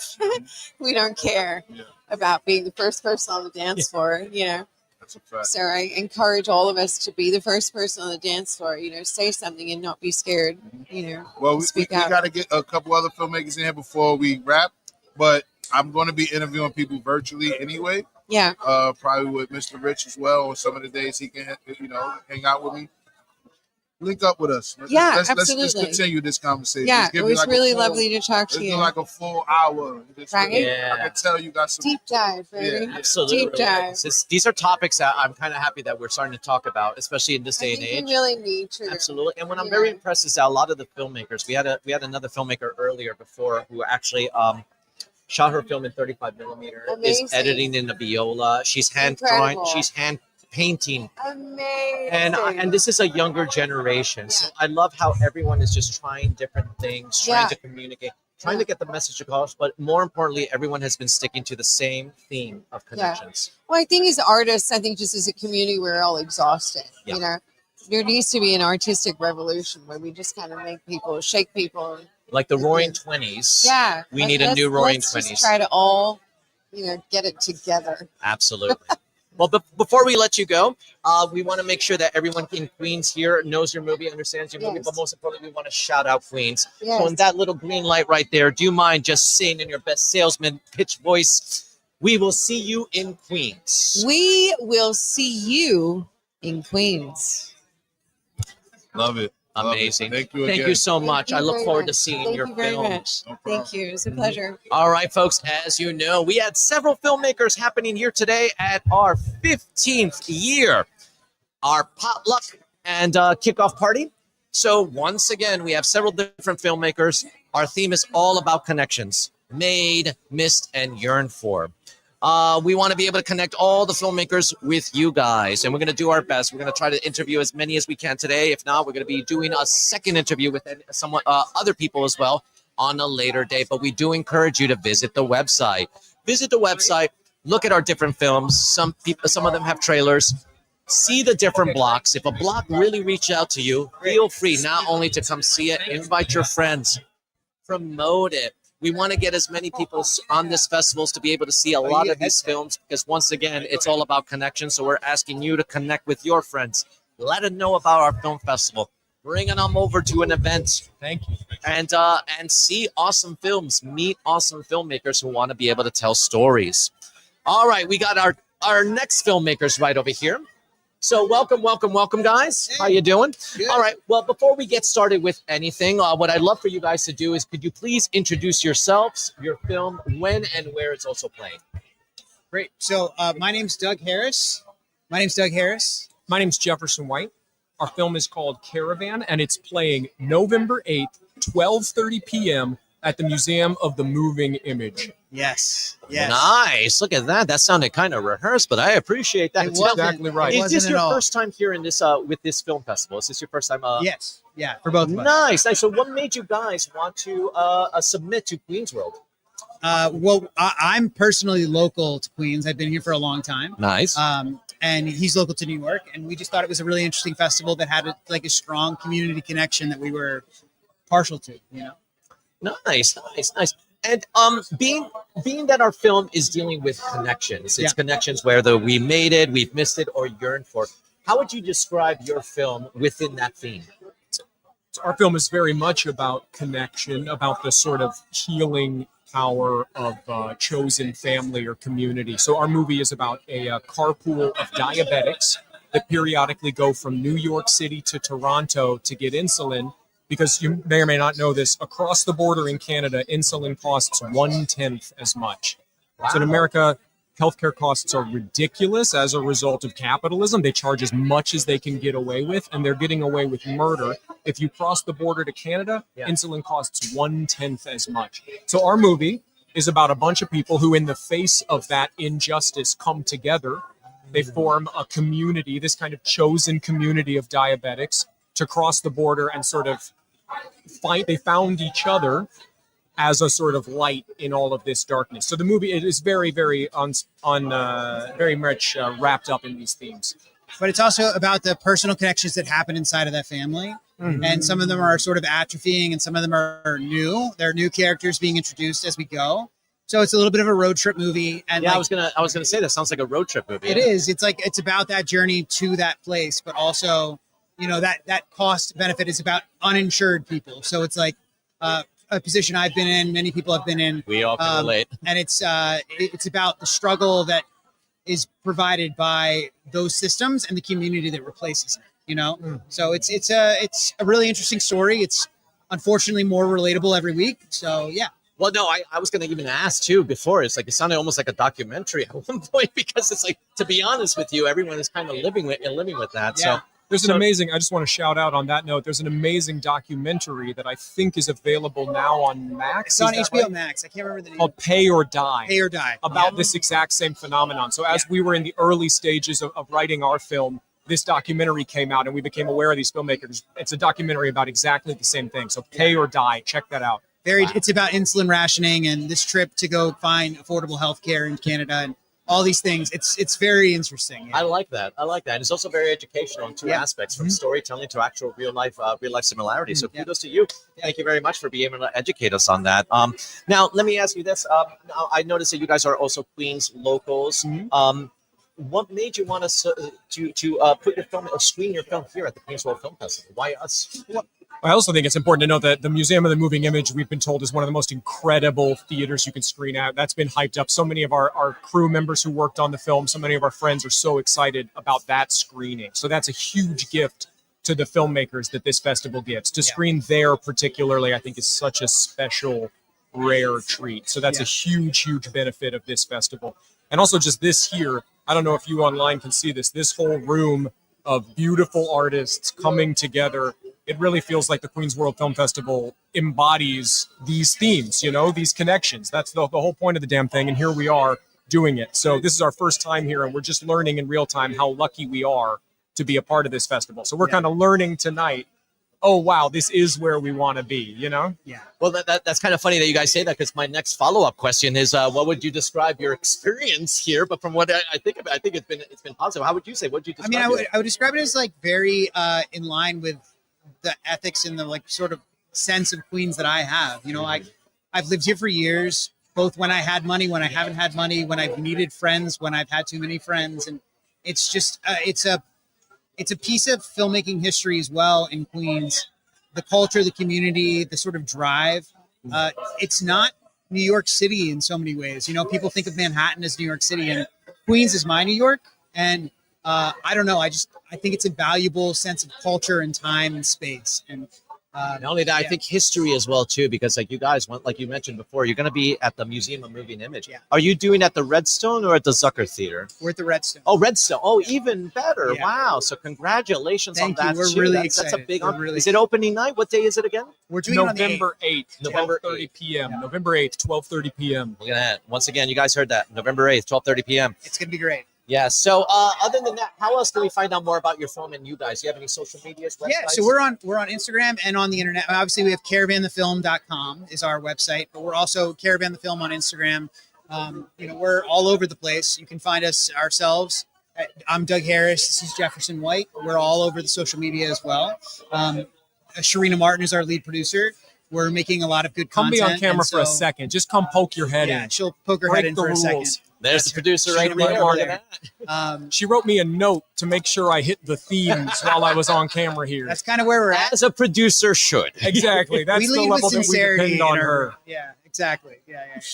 All right, guys, we got a lot of information from you guys, which we really appreciate. But one thing we want to do is we want to let the audience know that you guys are part of the Queensboro Film Festival. You guys are also Queens locals, and we're doing this all in Queens. So right in that green light right over there, can you say in your best salesman pitch voice, we will see you in Queens. We will see you in Queens. Beautiful, guys. Thank you guys so Thank you much. so I wish much. you all the luck. Appreciate it. Congratulations once again. Thank you very much.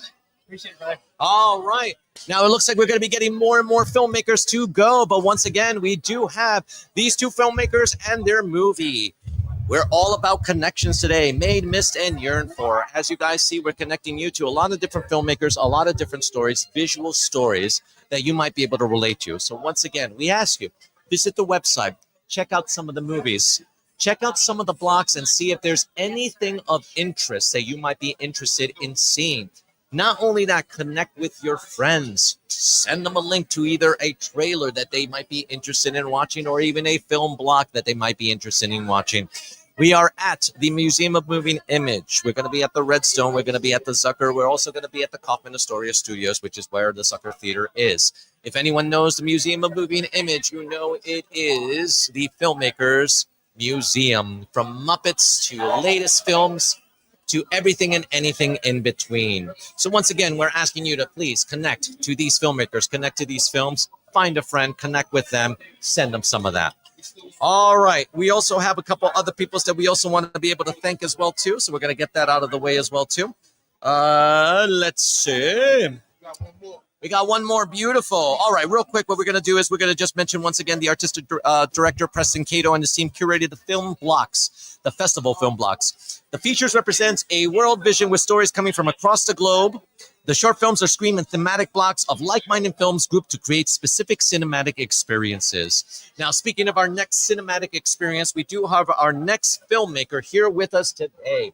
So how you doing? This is where you're going to be talking, so don't worry about that. One of the first things I want you to do is I would love for you to introduce yourself, your film, when and where it's playing.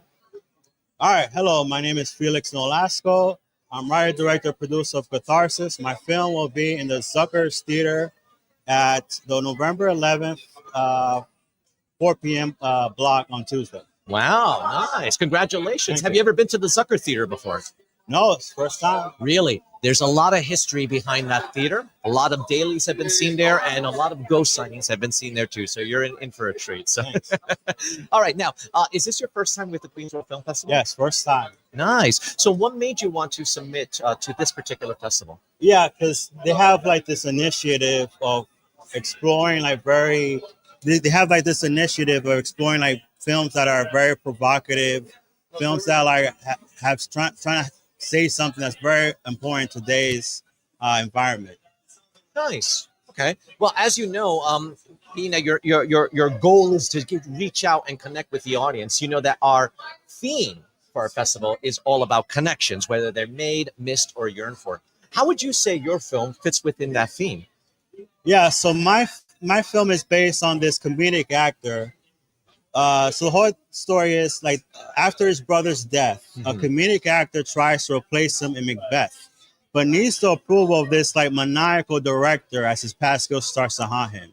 So it's the story of Cain and Abel set in theater, of the Ooh. dramatic actor in Cain. I mean, of the comedic actor in Cain and the dramatic actor in Abel, and how comedic actors, they don't have the same praise and award consideration compared to dramatic actors. So he kills him and tries to replace him in Macbeth. But in doing so, all the horrors of what he did drives him mad, like the Macbeth play.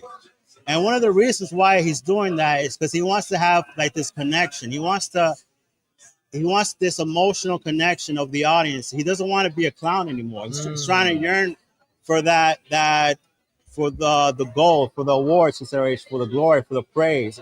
And in doing so, all the horrors of what he did to his brother drives him mad, like the Macbeth play, which causes a catharsis. Oh, well, look at that. Right? This is the logo of the I film. love it. So- Nice. I'm taking it your inspiration came from a little bit of Macbeth.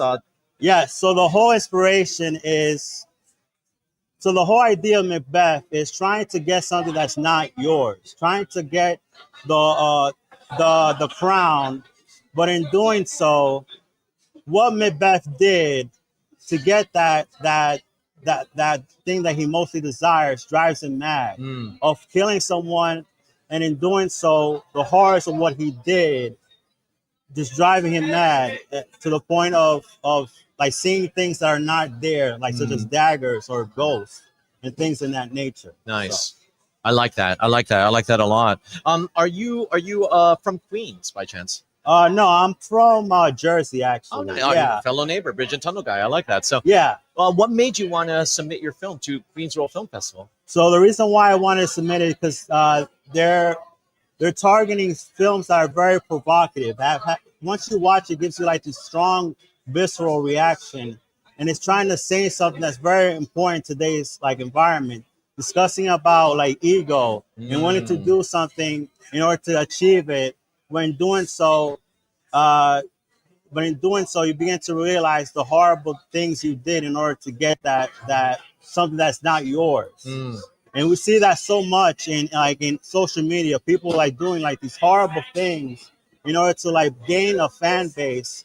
But in doing so, like they begin to realize that when doing so, they begin to realize the horrible things they've done in order to achieve that. Yeah. And we see that a lot, even in politics today. Yeah. So, yeah. Well, you said that people doing crazy stuff on social media, right? Yeah, like just horrible things, like doing like horrible things to other people. Like, for example, like putting like trying to get like that 5 minutes of fame in order to like build like a fan base of hate, a fan base of just hate. Trolls. And, like, yeah, trolls. They usually end up with basically. a audience of Yeah. trolls that Yeah. don't even care about them. You ever look at your Facebook post from 5 years ago? Exactly. I'm so ashamed of myself sometimes. Yeah, and that's the thing, because like this like ego, like you want like so badly that fame and notoriety that people are willing to do like horrible things in order to get it, and that's like originates like in Macbeth as well. Right. Not only Macbeth, but also of Cain and Abel. And that's my story is all about. Yeah. Of this comedic actor who wants that praise and wants that award consideration, and is willing to like destroy something as sacred as brotherhood in order to get it. All right. And like all of this I did in order to create as a proof of concept to be made into a feature film. Because you only see 9 minutes you only see the climax of the story, which is like 9 minutes long, which I have like an entire like feature-length film trying to create. You're creating. Yeah, I'm trying to create it. Yeah. Take the trying out, man. You're doing it. You're creating Yeah, I'm doing it. Like, because I have Right the now. feature-length script made. I got like the main You characters. did the proof of concept and you're shopping it as a short right Yeah, now? I got like man. the cast like of the main characters. I got like original music. I got like the look and feel and like sound of the film. Like I did like put all my heart and soul into it because like I always wanted to be a filmmaker, even when I was like 7 years old. Wow. Watching Lord of the Rings: Return of the King with my family. It's like the very first image I ever had as a kid. This your first film? Yeah, the first film. Congratulations, Lord of the Rings. man. Yeah, and I was like, no, I'm saying I this is your first film. Yeah, no, fourth film. A fourth film. Yeah. Okay. Congratulations. Thanks. Still. Have you been in this festival before? No, this is first time. What made you submit to this festival? Yeah, because they're all about provocative stories, about trying to say something that's very important in today's world. Not only that, but like something that's, it might not have like the biggest budget. It might be like rough around the edges, but it has something to say that can like speak to like a whole like millions of people across the world. Correct. Well, I like the fact that you did your research to be able to do to submit to this film festival, and being that you did your research and you know that like Queen's World is pretty much has a pride of showing films that could be uncomfortable to some people. Yeah, exactly. Now, being that now that you're in this festival, what has your experience been like? Meeting other filmmakers, meeting the staff. What has your experience been like? Is it meeting up to your expectations? Yeah, it has, and actually, the executive director, like she actually like contacted me personally that I got accepted like days before like the official selection. I felt like very like special in a way because that's never happened to me before. Because I had like so many like rejection after rejection of people saying like, oh, it's just too it's just too like dark, it's too upsetting. But it has to be upsetting. Like we're talking about, because like I want to like, it's as a cautionary tale, like this is what happens to you if you let your ego drive you mad, if you let your ego destroy something as sacred as family. Wow. And we see that so many times, even like today's politics with like Trump, of like this like person just spewing so much hate and like venom, like, and he's using that as a platform to get like these people like on board and create like more hate and like trying to like destroy like so many like people of like diverse cultures and of like diverse sex and diverse race out there, you know? Yeah. Where can we find out more information about your film, or do you have any social medias you'd like to share? Yeah, so we're on Facebook, Instagram, TikTok, and even LinkedIn. So the social media handle is the Catharsis Movie. So it's the Catharsis, CHTARSIS movie. So I have like a bunch of stuff in there. I have a trailer. I got original music. We got featured in the podcast. I got interviews of the cast and crew. I got like, I just like, it's like that saying, like Noah says, if you build it, they will come. Absolutely. And I'm not finally here, and I'm trying, and I'm like one of the best film festivals in New York City, and I'm trying to build it as far as I can go to like prove to the studios that there are people out there who really want to watch this film. There's an audience for all films, man. Yeah. I believe that. Congratulations, man. Thanks. And I can tell you, coming from Jersey, coming to Queens right now, what we want to do is we want to get that audience to your film. Yeah. So do me a favor. You see that green light right there? Yes. In your best salesman pitch voice, I just want you to say, "We will see you in Queens." All right. We will see you in Queens. Love it. Beautiful. Thank you so much. Really appreciate it. Congratulations again. Yeah. All right. We have yet another filmmaker here with us. As you said, as you guys can see, he shared his Instagram. He shared his website. So feel free to visit them, find out more information. But more importantly, visit our website, Queens World Film Festival. We're all about connections. Connect with a film. Connect with a block. Get those films and blocks and connect with your friends. Have them come see a movie. Enjoy storytelling made by people who want their stories told for you guys. Once again, our theme is connection, so hopefully you'll be able to connect. Now, we have our new filmmakers here today. Welcome, welcome, welcome. Now, before we get started, I would love for both of you to introduce yourselves, your film, when and where it's playing as well. Let's try that again. You can talk directly to the mic. You don't necessarily have to look at me. Yeah, just talk right to the mic, and you can just look right there. Yeah. But mostly to the mic. Got it. So, my film is called Bright Vignettes: How Astoria Got Its Pride, and it's screening on November 14 at 8:30 p.m. at the Zucker Theater. Nice. Now, are you the filmmaker? I am the filmmaker And and the composer. My name is Salvatore Sanelli, and I am the music composer. Oh, so you're the music. You wrote the music. That's right. Beautiful. Okay. Well, as you both know, our theme this year for our festival is all about connections, whether they're made, missed, or yearned for. How does your film fit in that category? Could you explain a little bit about it to us?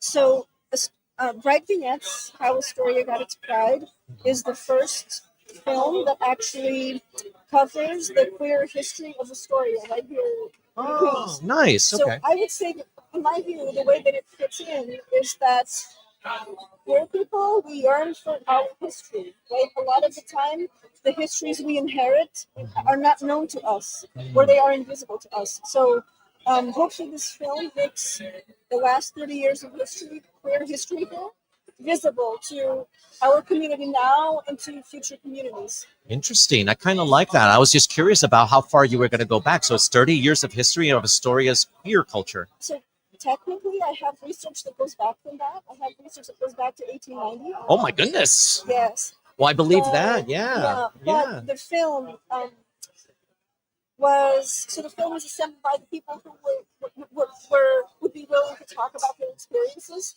And the person who's had the longest running drag show in Astoria, Candy Samples, has been doing a monthly show since the late 90s. Wow. All So- right. Nice. Well, again, I'm being educated right now as well too. So good on that. Good on that. Thank you. All right. So yeah, definitely there is connection there with history, with culture, with everything else as well too. I love the fact that this is primarily in Queens. Now, is this your first time submitting to Queens World Film Festival? No, you have before. I know I've seen you before, so I We've definitely have spoken seen. before. Yes, It's I my have. I first was going to time say you look participating. familiar, but Yeah. this is your first time Yeah, it's my experiencing it, right? So, coming from someone who's new and also coming from someone who's also seasoned, would you say, why did you submit to this particular festival? What is it about this festival that caught your attention? Oh, well, because the film is about Astoria, Mhm. and this festival is primarily, it's a global festival, which is incredible. But the festival happens right here in the heart of Astoria. So it's like the heart of the film, the heart of Astoria for me. And this is its world premiere. Yes. So Congratulations. it's very special for me. What about you? Why this festival? What was so interesting about submitting to this festival?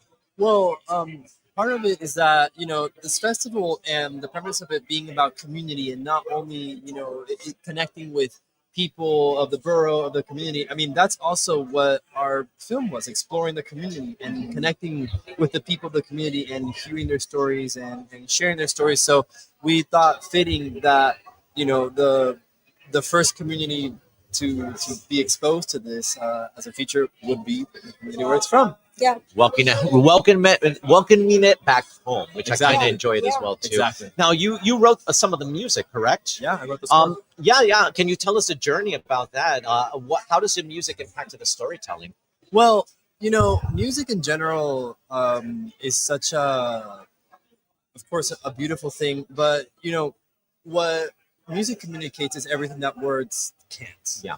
Right. In general, not only in films, but just all across. Right. What words can't say, in transmitting feelings and certain emotions, music communicates that, and it's why it's such an integral part of film and of life in general. So that's what I was, I guess, busy exploring. Whenever hearing these stories, thinking about my own stories.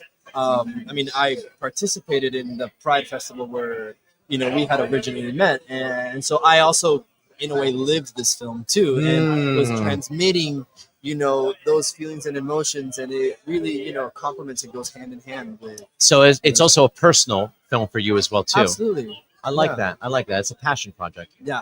Yeah. Anyway, yeah. Good on you guys too. Okay, now being again that you're brand new to this festival and you are seasoned as well too, I would love to hear your personal experiences with this festival, coming from someone who's seasoned, coming from someone who's brand new. I love being in this festival because I like the criteria.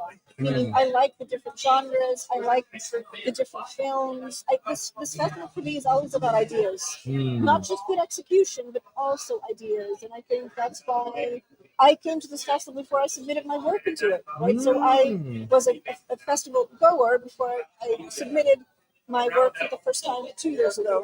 So last year was my first time at the festival, and this year is my second time. Congratulations. Thank you. But I was a goer, and I came to see films here because of the variety and because of the wide scope that it is. So that's what it was like. I love that. It's almost like you came here and got inspired. Yeah. What about you? How has your experience been since you got accepted? Yeah, I mean, I think the biggest takeaway in this particular festival, because I think the idea first of submitting to a film festival can feel a little like daunting, especially for someone who's a bit newer into this kind of film world. Yeah. Where my background is often in a different side of the music world, right? But it's been a really great experience to kind of be in a very welcoming environment, an environment that really champions the community and really champions diversity of thought and speech. So I think that's been very pleasant and made the experience very kind of like ease my mind, obviously. Well, congratulations on that as well too. Good on you for that. Absolutely, continue. Yeah, if you have something you want to say. I just want to say that it's second time around, it's even more affirmed that this is a very wonderful homegrown community of independent cinema. Right? So I made a movie about Astoria, but I've also lived here for some time. Yeah. So it's like I literally walked home from the screen. Yeah. And so like to have a community that of independent cinema where we're just meeting and talking about ideas. We're not doing that like greasy thing where Yeah. we're just like schmoozing and having no meaning behind it.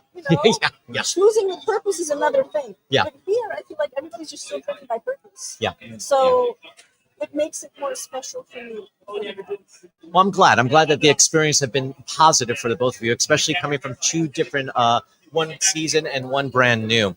Now, what I'd love to know is, I would love to know if you have any more information about your film, whether it's a website or do you have any social medias you'd like to share? Yeah. So the film has a Instagram account, Bright Vignettes. So it's at Bright Vignettes. Nice. And do you guys have any personal Instagram accounts that you'd like to share? Maybe your music or directing or? Yeah, I mean, I'm at Serious Alpaca on Instagram. It's funny, but yeah, that's right. It's me and music stuff and all that good stuff as well. Great. And can you tell us one more time your film name, the date, and the time that it's going to be showing? Yes. So it's Bright Vignettes, How Astoria Got Its Pride. And it's screening on November 14 at 8:30 p.m. at the Zucker Theater. Yes. And you know what I want to say? It's screening with another great short film that I'm very excited to see called How We Keep Us Safe. How We Keep Us Safe. Yeah. Oh, okay. Yeah. Right. And how to keep us safe, you said? Yeah, you bring it right there. You said how to keep us safe? Yes, the short film on our blog is How We Keep Us Safe by Sean Angela Beatty. So I'm really excited that I'm screening with that film. I'm glad. That's one of the reasons why we always like to put the similar films in similar blocks, because it's always a good combination of films to watch. Yeah. So thank you guys one more time. The last thing I would love for you guys to do, right in that green light right over there. This is Queens. We want to make sure we get the Queens audience. We want to show hype. So in your best salesman pitch voice, can you just say, "We will see you in Queens"? Queens. We will see you in Queens. Beautiful. Thank you guys so much. Thank you. No worries. Hey, we want to try to help us out as much as we can. So I really appreciate that. All right, guys, we're going to get one more filmmaker. As you guys once again saw, we have a lot of different films from pretty much around the world and around the corner. So once again, we ask you, go to our website, check out our blogs, check out our trailers, follow some of our filmmakers, learn more about it. If you have any questions, communicate with us. We're going to get talking to one more filmmaker here too as well. We're going to learn all about it. But once again, we ask you guys to help us out. Connect with our filmmakers, connect with our films, connect with your friends, send them links. We are always having a blast. We want to have fun. And more importantly, we want to see you guys there. So we have our next filmmakers. Welcome, guys. So how are you? So what we're going to do is real quick before we get started. Yeah, you want to just talk to there. You don't even have to look at me.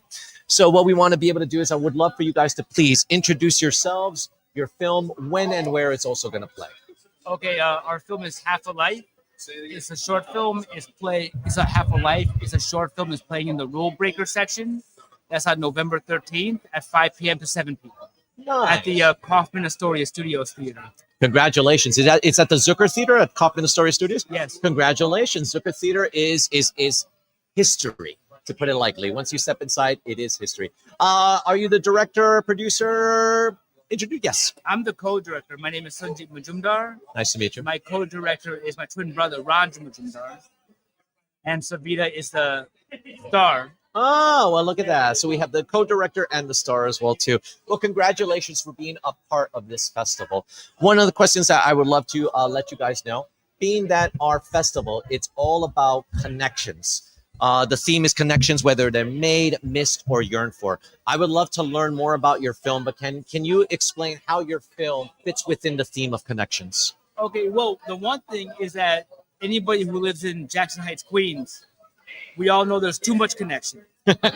Too much connection in Jackson Heights.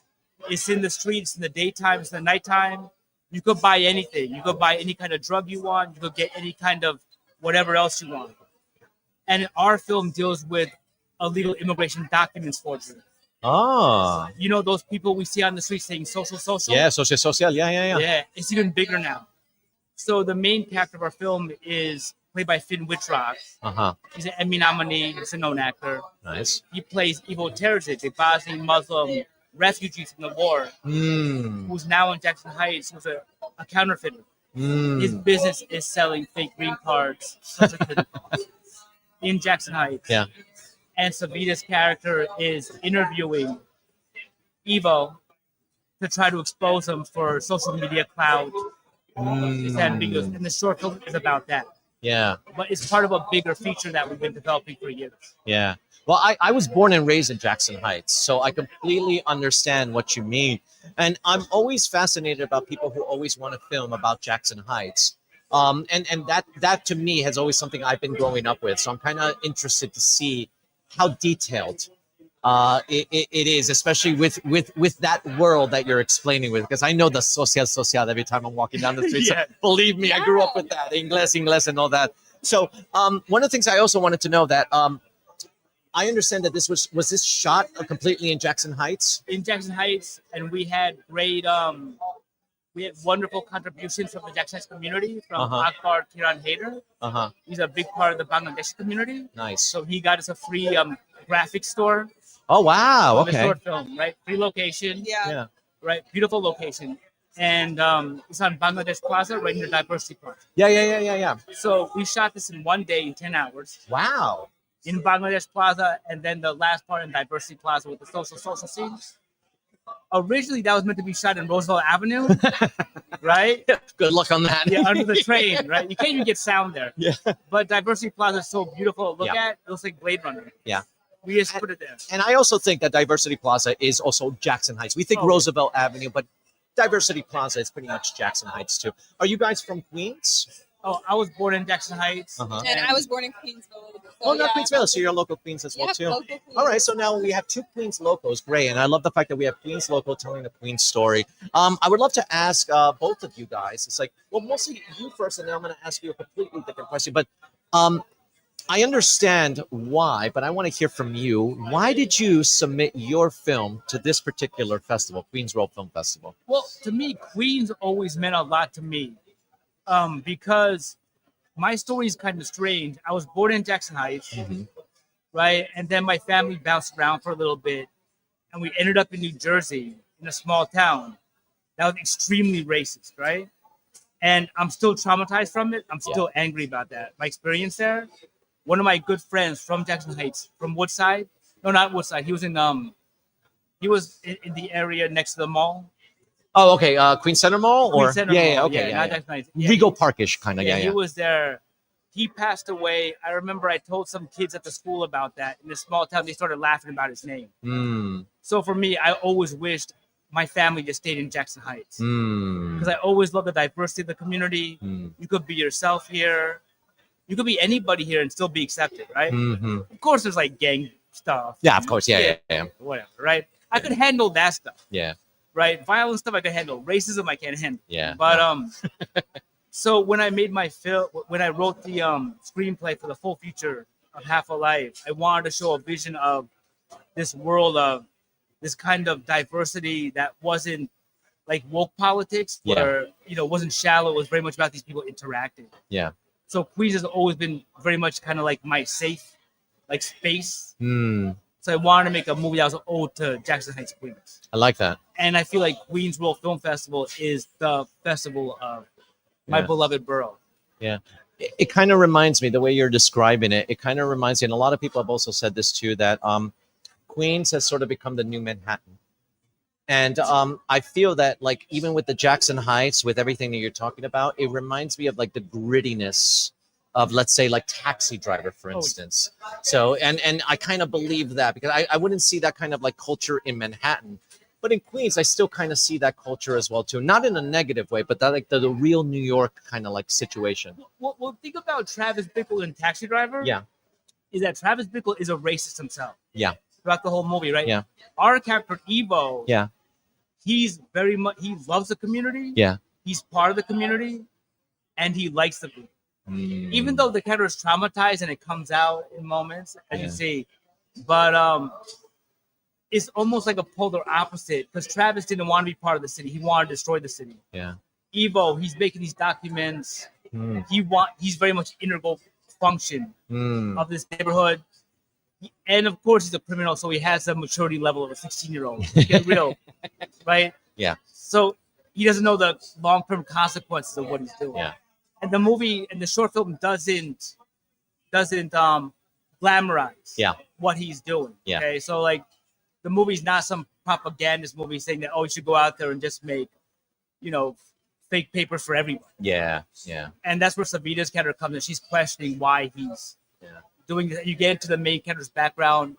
He's I don't want to give it away. No, but, of course. But he's a refugee of a genocide. Got it. So that formed his worldview.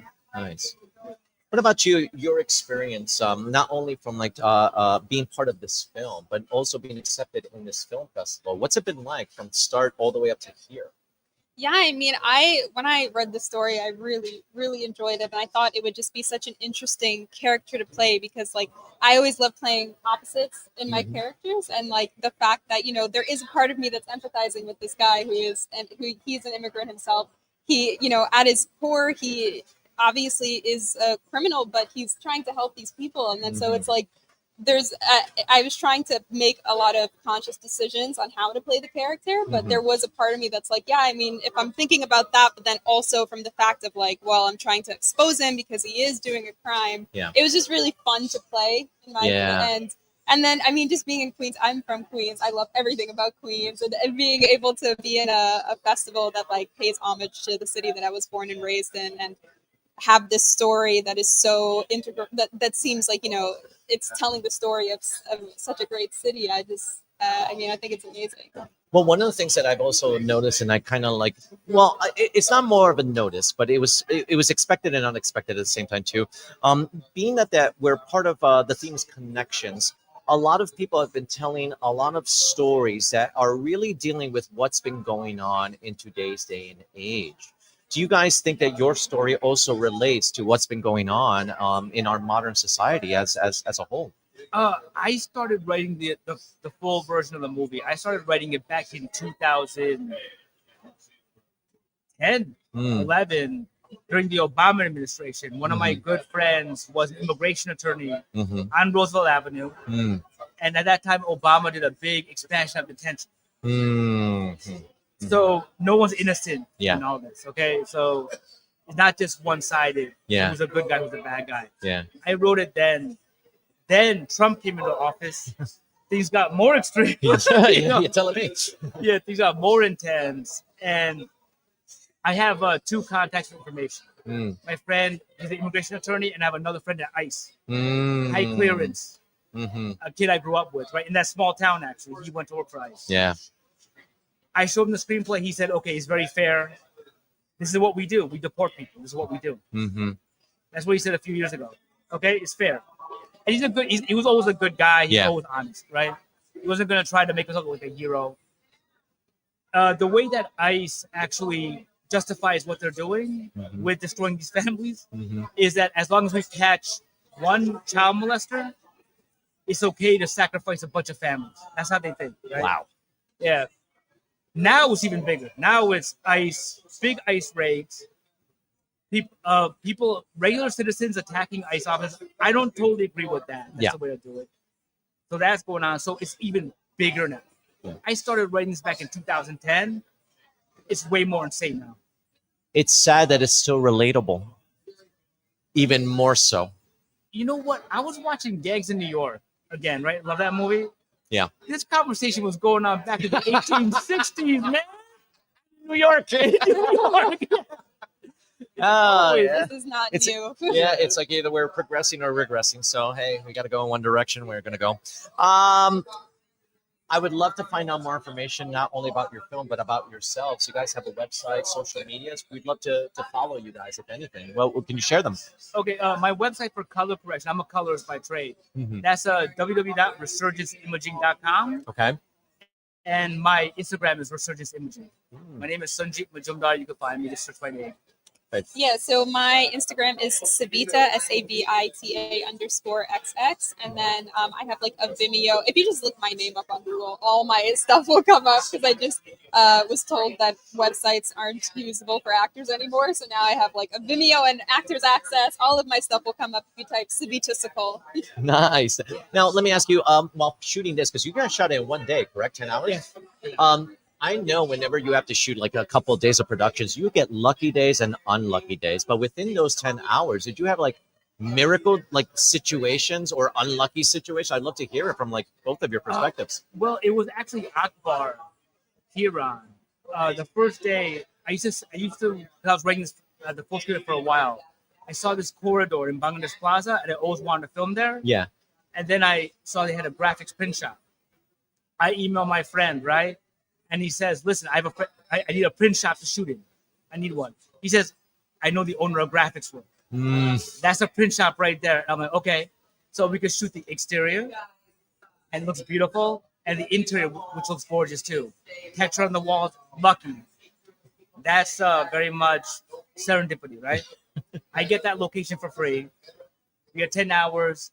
And I was concerned that when we shoot like a documents forgery lab, it was going to look like Kinko's. That's what I was worried about. This place looked great, right? We got lucky with that. Plus, I worked with my DP, took pictures of the location, and I always had an eye anyway, and I'm a color, so I always know, okay, I could shadow that in post, I could reframe that. It went smooth. We got beautiful shots inside. Boom, Savita scene with Finn outside. Right? Last part of the shoot, Diversity Plaza, block away. One block away, we wheel all the equipment over there, and we're just rocking and rolling, man. It's in Jackson Heights. You could film in the same 3 blocks, and you get the scope of a whole city. Also, like just Finn being a phenomenal actor, it was just so easy. He's like the best scene partner I've ever had. I was already a fan of his, and so I was like so excited to work with him, and he's just such a natural, and so I just felt like it just made acting so easy. I was like, wow, this is just effortless. So I feel like that was just There were some speed bumps. I remember a lot of people partying stuff out. there were people like stopping because I can't give away, but some parts of it, people on the street were concerned. Yeah, I can and imagine. We're like, we're acting, it's not real. I mean, it's Jackson Heights. We've seen it all, but at the same time too. Yeah, so like they're wheeling stuff out of these businesses, and you could hear it in the sound, right? But Finn and you just kept going. I just said just keep rolling, because me as a director, I like to keep the takes rolling because I used to edit too. I still edit, and you could use anything from a long take. Once you yell cut, you can't use it anymore. And you see it in the actors' faces. So I like to keep the whole take rolling, right? And even Finn, I remember when we actually did the sound mix, he said, I was really worried about the sound. But I worked with a great sound mixer named Carlos Martinez. Yeah. And he was able to filter all that sound. Oh, wow. Nice. That's a dream right there. Oh, my God. All right. Well, guys, being that you guys are part of the Queens World Film Festival, the audience that you're going to get, obviously, you're going to be Queens people, but we want to get Queens people to come see it. So what we want you guys to do, right on that green light that's on the screen right over there. In your best salesman pitch voice, what I want you guys to do is I want you to say, "We will see you in Queens." We will see you in Queens. Beautiful. Thank you guys so much. Really appreciate it. Congratulations on being part of the film. Thank you guys so much. All right. Thank you guys. We got our last filmmakers for today. We're going to be actually doing more interviews on another day with Mr. M as well as me. We're going to learn more about the filmmakers, their films, where to find them, how to see them, where they're performing, etc., etc. So, with that said, do we have one more? Or Yeah, she wrapping it up with us. oh, you're wrapping it up. So I lied. We do have one more person. Use the mic. Use the mic. You want to use just the like mic. put it as close as possible. I'm All right. kicking it welcome, with welcome, a welcome. juror. She's actually going to be choosing which films are going to be winning. Ah, so you're one of the jurors, huh? All right. So use my the mic. Use the mic. my question is this: it's like, well, we have a lot of filmmakers out there, and obviously, whenever they're submitting their film, yeah, you want to get some recognition. What is the process that you go like to choose whether a film to be screened or a film to actually win a particular prize? What is the process that you go through? Well, I try to do a bit of a holistic approach because we've got a lot of people on different levels here. You know, we don't have particularly a student block or we don't categorize things in the ways that things have historically been categorized. And Katha, our founder, is very passionate about that. She's not putting all of the African American movies in a corner or anything like that. It's very grouped by theme, very intentionally. This is about the films. This is not about the industry, and therefore, you know, you're gonna get. This is Katha. There you This go. is We our got Catherine as well lovely too. Executive director. Yeah, we're talking about Katha how Cato. a I'm movie supporting gets you. chosen from our jurors. So please continue. What else? What else? So that being all said, I'm definitely looking at story Mm-hmm. because you're investing in filmmakers. And a Mhm. lot of them are emerging and they're first time filmmakers. So you really want to give credit to their to the people. You're trying to see the people behind the movies. Mm-hmm. That being said, I'm from production myself. I'm an editor, I'm a VFX artist, I'm a creative producer, so I'm very much looking at production value and everything like that. But I think what Katha amazingly does is also just helps these people get these films ready in tip top shape. You know, if there's a student coming in the last minute and they need help with getting their thing to, production to theater standards, DCP, everything, they've got them covered, which is amazing. I'll definitely be looking at story, and for animation, I'm definitely looking at creativity. That's gonna get you far in my department. Yeah, because we have a lot of filmmakers out there who are always curious. Everyone always has a film that they want to showcase. But what I've noticed, not only just from a lot of filmmakers who said it themselves, but my own personal experience from this film festival, a lot of the films that are chosen are usually films that are willing to make you feel something, whether it's maybe a little bit of uncomfortableness or whether it's something that's completely like kind of like how can I say it, not in the good realm, but kind of controversial. That's a little bit controversial and all of that. So is that something that you encourage filmmakers to take more chances, or do you really just focus on story where it's a simple story, or would it be more of a complex story? Oh, absolutely. I think that even all of the most treasured films do challenge and present change and leave you want to feel changed by the end of the movie. I think that is the biggest honor that a film can provide to you as a viewer. So that's what we're all striving towards. We don't want a tightly neat wrapped up thing. Yeah. And I think that's definitely the ethos of the Queen's World Film Festival as well. We're trying to get those stories that haven't been told and therefore haven't been answered. So, Katha, is there any particular films from the past 15 years of the festival that stick out to you, not just controversy-wise, but maybe story-wise, or even just behind the scenes of how the film got in your hands? There is a 30-second film, and it is a perfect film. It is perfectly constructed, and it's about a teddy bear that commits suicide. Wow. And when we screened it on opening night, nobody applauded, and there was a voice that called out, "That ain't right." And I love that film, and Preston loves that film. It's just beautiful. It's just incredible. And then we had a 3-hour film from India that was just amazing, and it was really hard to program, but we did it anyway. And I have to be honest, I don't watch as many of the films in the screening process at all as everybody else does. I get to enjoy them in the festival. And I think what strikes me is about the films that he chooses are very provocative and challenging, and I like that. I mean, it's really hard to do something like this, so we're not going to go easy. Yeah.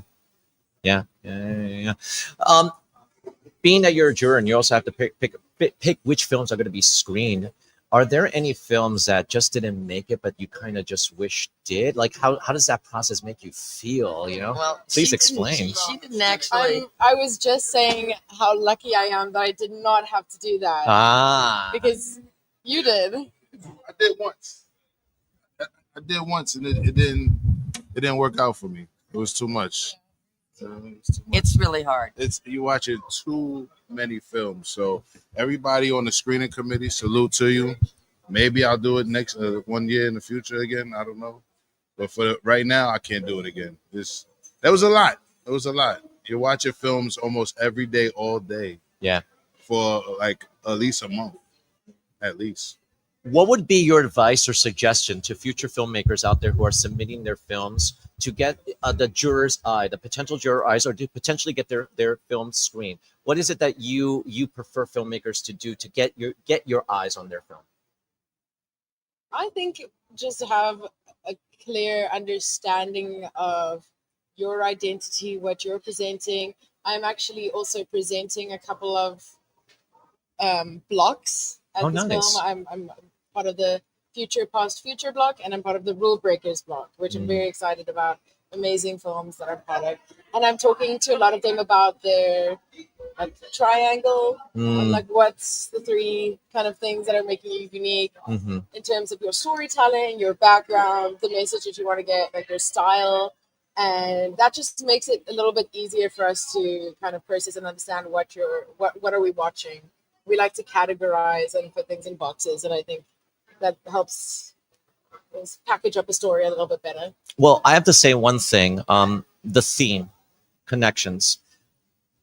From what every filmmaker who has spoken about their film and connecting their film to the actual theme of it, I feel that everyone who explained what their film was about was explaining it in a situation where it's kind of parallel to what's going on nowadays. Is that something that you guys were intentionally looking for, or did it just serendipitously happen? So the theme comes completely out of what has been submitted, and it started to emerge. And I coined the phrase, but that was because I heard the conversations constantly about connections. I heard that word over and over.